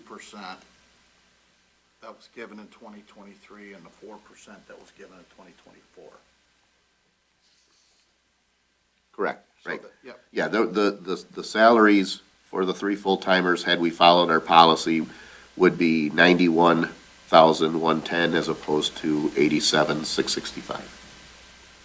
And again, there was a discussion about, okay, well, how does this compare to other bargaining units? Is it fundamentally more appropriate to make that change in salary as of the start of a new term as opposed to prior to an election? And the feedback I got from the board was that trustees wanted to change their salary effective the date of the election. And so I felt like the timing was appropriate to bring that same concept forward for this.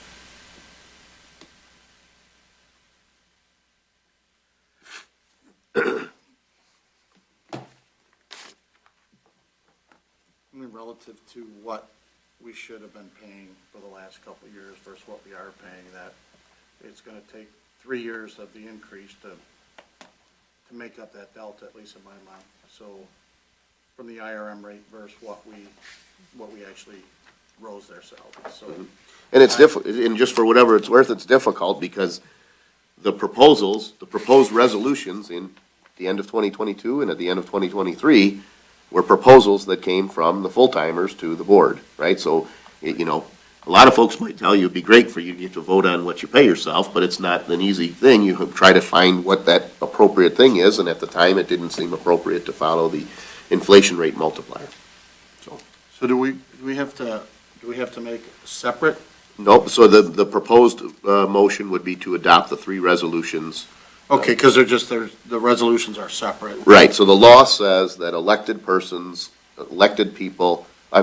township elected officials have to have their increase as in the form of a resolution. We've done this before, so the proposed motion is the same as what we've done in past cycles. The only difference is we're not making it a January 1st date, it's a November 20th of 2024 effective date. Well, if nobody else has anything, then I'll make the motion to adopt the three resolutions. Mr. Supervisor? Yep. We'd recommend that you take those separately and roll call. Okay, that's okay. Okay, let's start at the top. All right. Treasurer, I'd like to make a motion to accept the resolution as noted. Support. Got a motion by Mr. Badkins with support by Mrs. Rose to adopt the resolution for the treasurer's salary to $95,000 effective November 2024. Any discussion? Hearing none and seeing no public comment, Ms. Selgat, will you please take the roll call? Mr. Badkins? Yes. Mrs. Rose? Yes. Mr. Brado? Yes. Mr. Olgiati? Yes. Mr. Tominello? Yes. Mr. Witt's excused. Mr. Verkes? Yes. I'd entertain a similar motion regarding the clerk's salary to $95,000 effective November 20th, 2024. I'll make that motion. All right, is there support? Support. Got a motion by Mr. Brado, a support by Mr. Badkins. Discussion? Hearing none and seeing no public comment, Ms. Selgat, will you please take the roll call? Mr. Badkins? Yes. Is that who did it first? Mr. Brado. Mr. Brado. Mr. Support. Badkins? Yes. Mr. Olgiati? Yes. Mrs. Rose? Yes. Mr. Tominello? Yes. Mr. Witt's excused. Mr. Verkes? Yes. And finally, is there a motion for the supervisor? I'll make that motion. All right, is there support? Support. Got a motion by Mr. Badkins with support by Mr. Olgiati. Discussion? Hearing none and seeing no public comment, all those in favor, please signify by, I'm sorry, to the roll call. It's getting late. Yeah.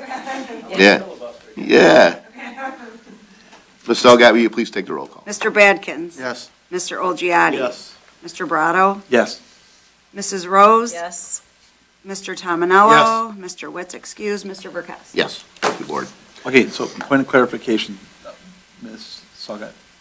I made the motion for the clerk. I'm not Clerk. sure. I just want to make sure that And the and Mr. Badkins?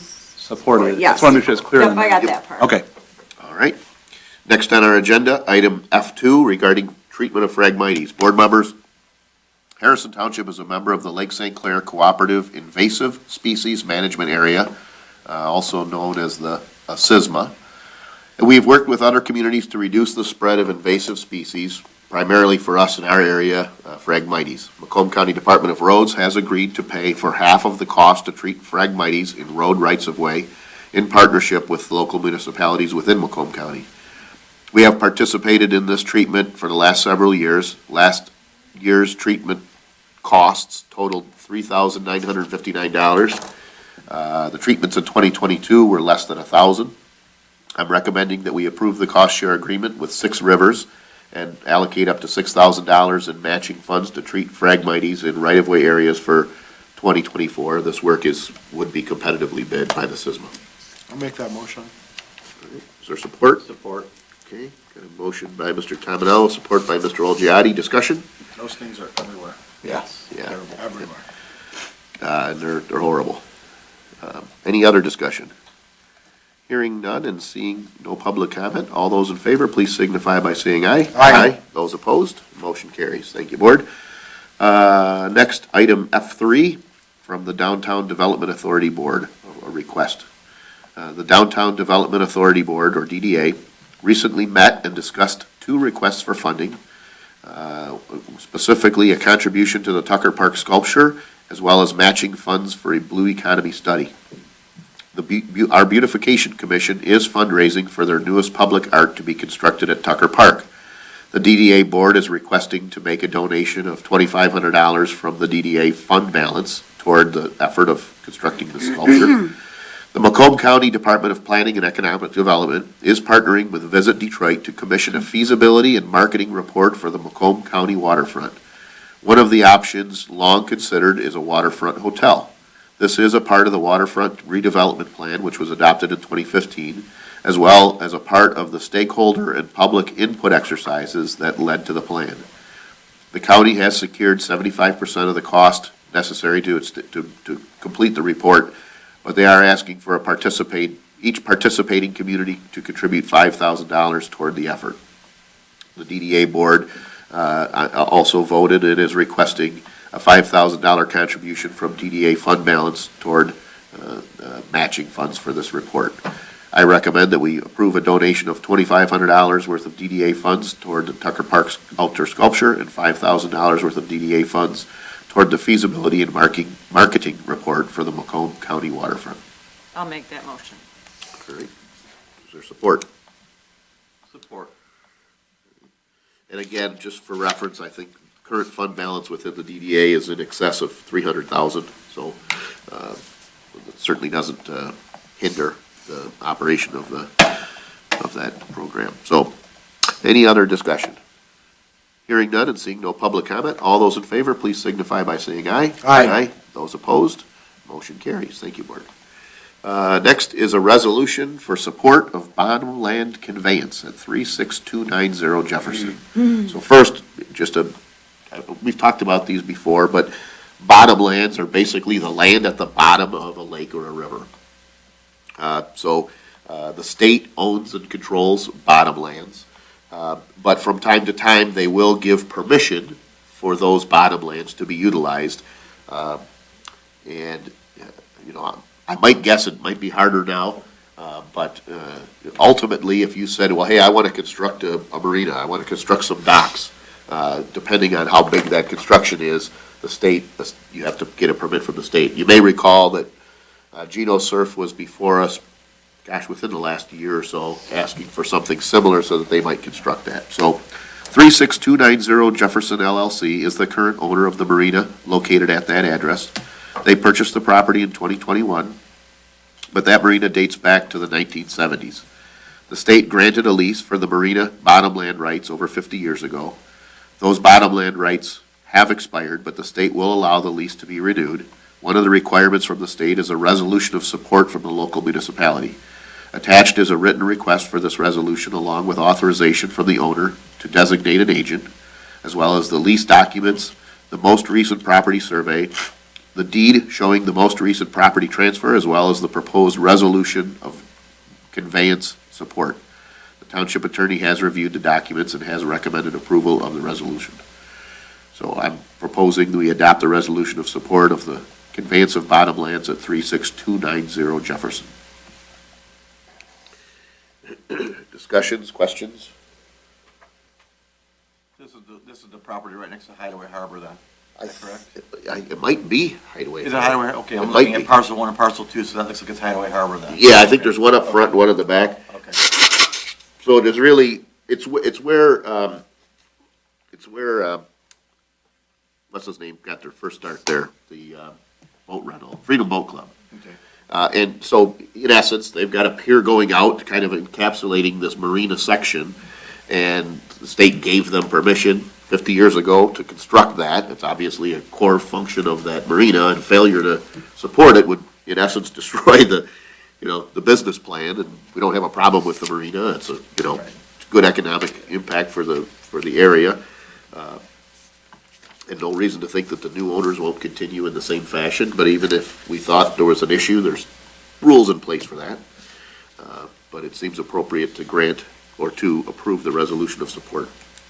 What, if I can ask a question, am I not seeing this correct? Lease of the Great Lakes bottomland for marina purposes.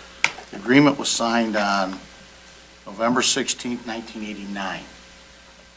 Where does the 1970 come from? I don't. So if you read beneath, so the reason why I think this happened is because the document from 1989 was the transfer of that ownership, I believe, between individuals. But if you see the third whereas, the Natural Resources Commission, which doesn't even exist anymore, duly considered the application of the lessee and at its meeting held on March 10th, 1972, approved the issuance of this lease. So the process began as far back as 1972. So And when it I took looked them at 17 years? Well, no, I think what happened is, I believe that a change of ownership occurred in '89. Because if you see, at the bottom, the privileges, a term of 47 years from and after January 1, 1976, at the bottom of page 90 in our board packet. Got it. But I believe the property transferred at various times, because the people listed in this document weren't the previous owners. The Velger family had owned this, and they sold this several years ago to the current owners.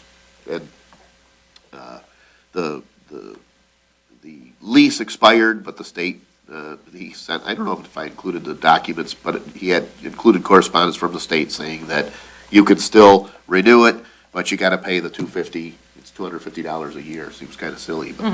I'll make a motion to adopt the resolution to support the conveyance of bottomland at 36290 Jefferson. All right, is there support? Support. All right. Any discussion? Excuse me, hearing none and seeing no public comment. Ms. Selgat, will you please take the roll call? Mr. Badkins? Yes. Mr. Brado? Yes.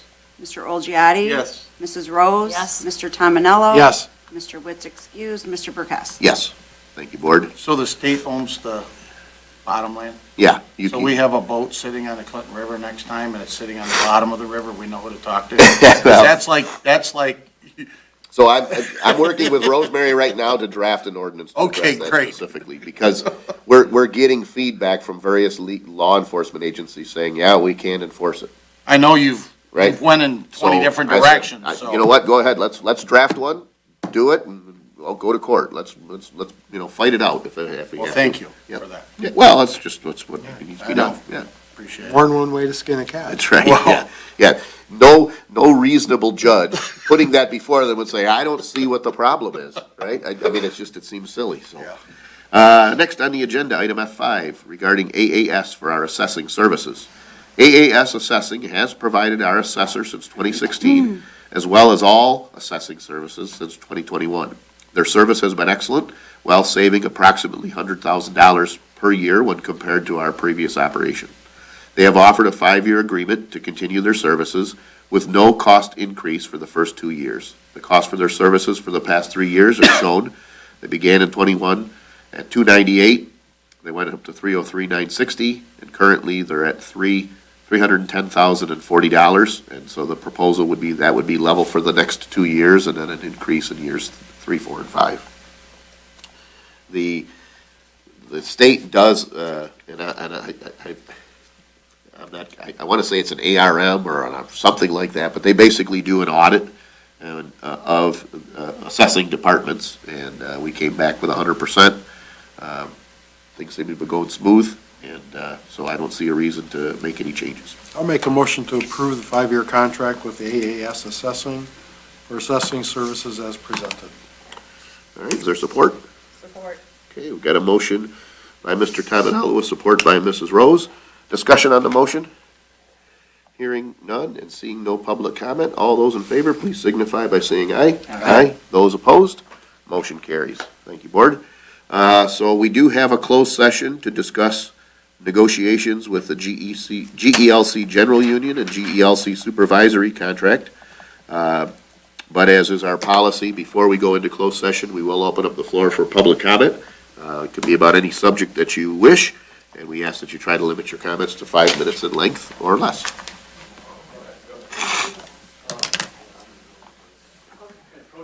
Sure, thank you. Yeah, no, thank you. Yeah, that's right. Since you brought it up, I'm just wondering what's happening with Geno Surf. Is it going to open? Everybody wants to know. Okay. Do I have to sit down? We'll just take other public, is that the only public comment you have? Yeah. Yeah, that's it. yeah, give me a minute and I'll answer it, but we'll Oh. take the other public comment and then we'll close. Okay. Oh, I got it. Okay.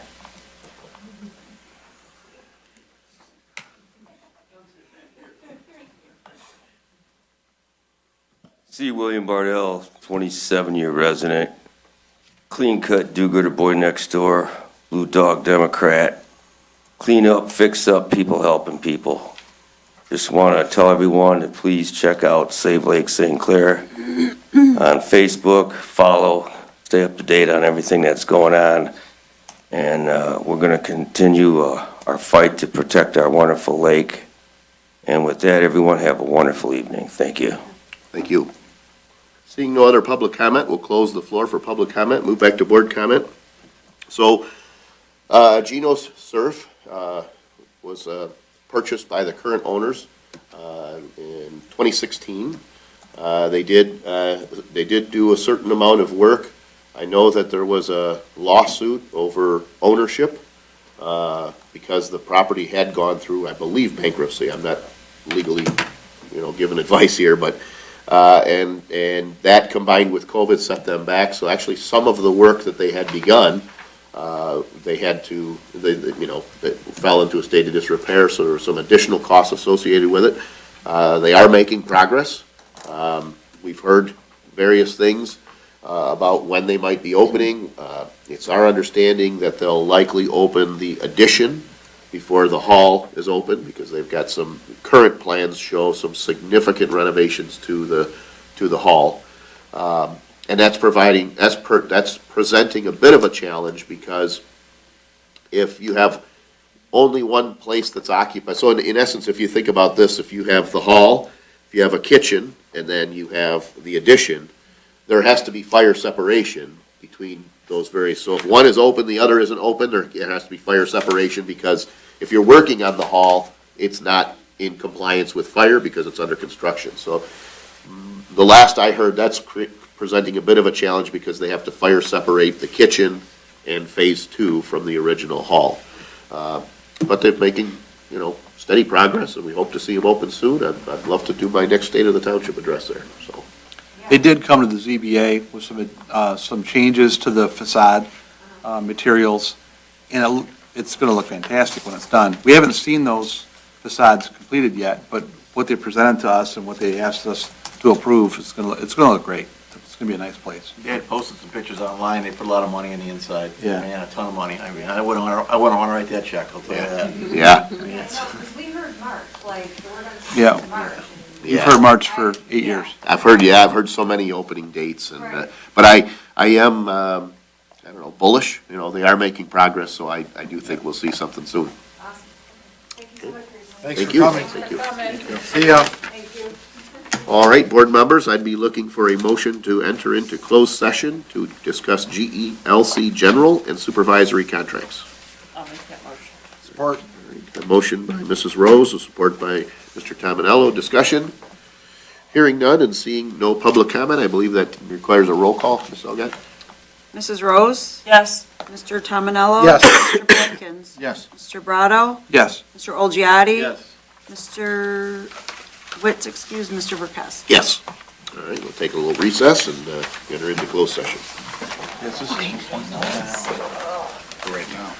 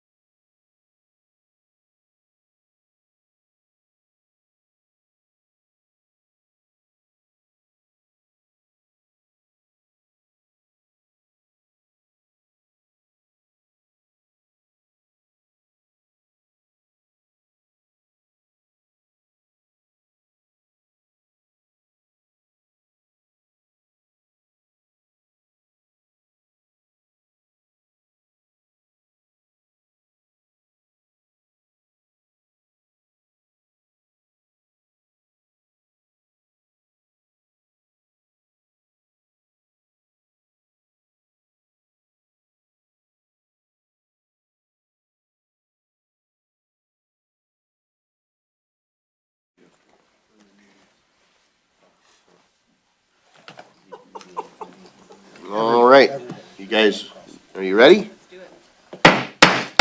I'll be looking for a motion to enter into open session at 10:55 PM. So moved. Support? All right, got a motion by Mr. Badkins with support by Mr. Tominello. Discussion? Hearing none and seeing no public comment. Ms. Selgat, will you please take the roll call? Mr. Badkins? Yes. Mr. Tominello? Yes. Mr. Brado? Yes. Mr. Olegiati? Mrs. Rose? Yes. Mr. Witt, excused. Mr. Burkowski? Yes. I would say there may be two motions from closed session. The first motion I might propose would be to approve the four-year agreement with GELC General Employees Union as presented. I'll make that motion. Support. Got a motion by Mr. Badkins with support by Mrs. Rose. Discussion? No, I don't have any. Okay, hearing none and seeing no public comment, all those in favor, please I don't need a roll call for a contract approval, do I? I don't think so. No. All those in favor, please signify by saying aye. Aye. Those opposed, motion carries. The second suggested motion would be to approve the transfer of the senior activity coordinator from the general union to the supervisory union with a top salary of $61,305 and 76 cents, and to authorize the supervisor to execute an agreement accordingly. I'll make that motion. Okay. Support? Support by Dean? Either way, either or David. Okay, I didn't hear. I must have. Okay. Discussion. Hearing none and seeing no public comment, all those in favor, please signify by saying aye. Aye. Those opposed, motion carries. Thank you, board. Be looking for a motion to adjourn. So moved. All right, is there support? Support. All right, discussion. Hearing none, all in favor, say aye. Aye. Opposed, motion carries. Thank you, board.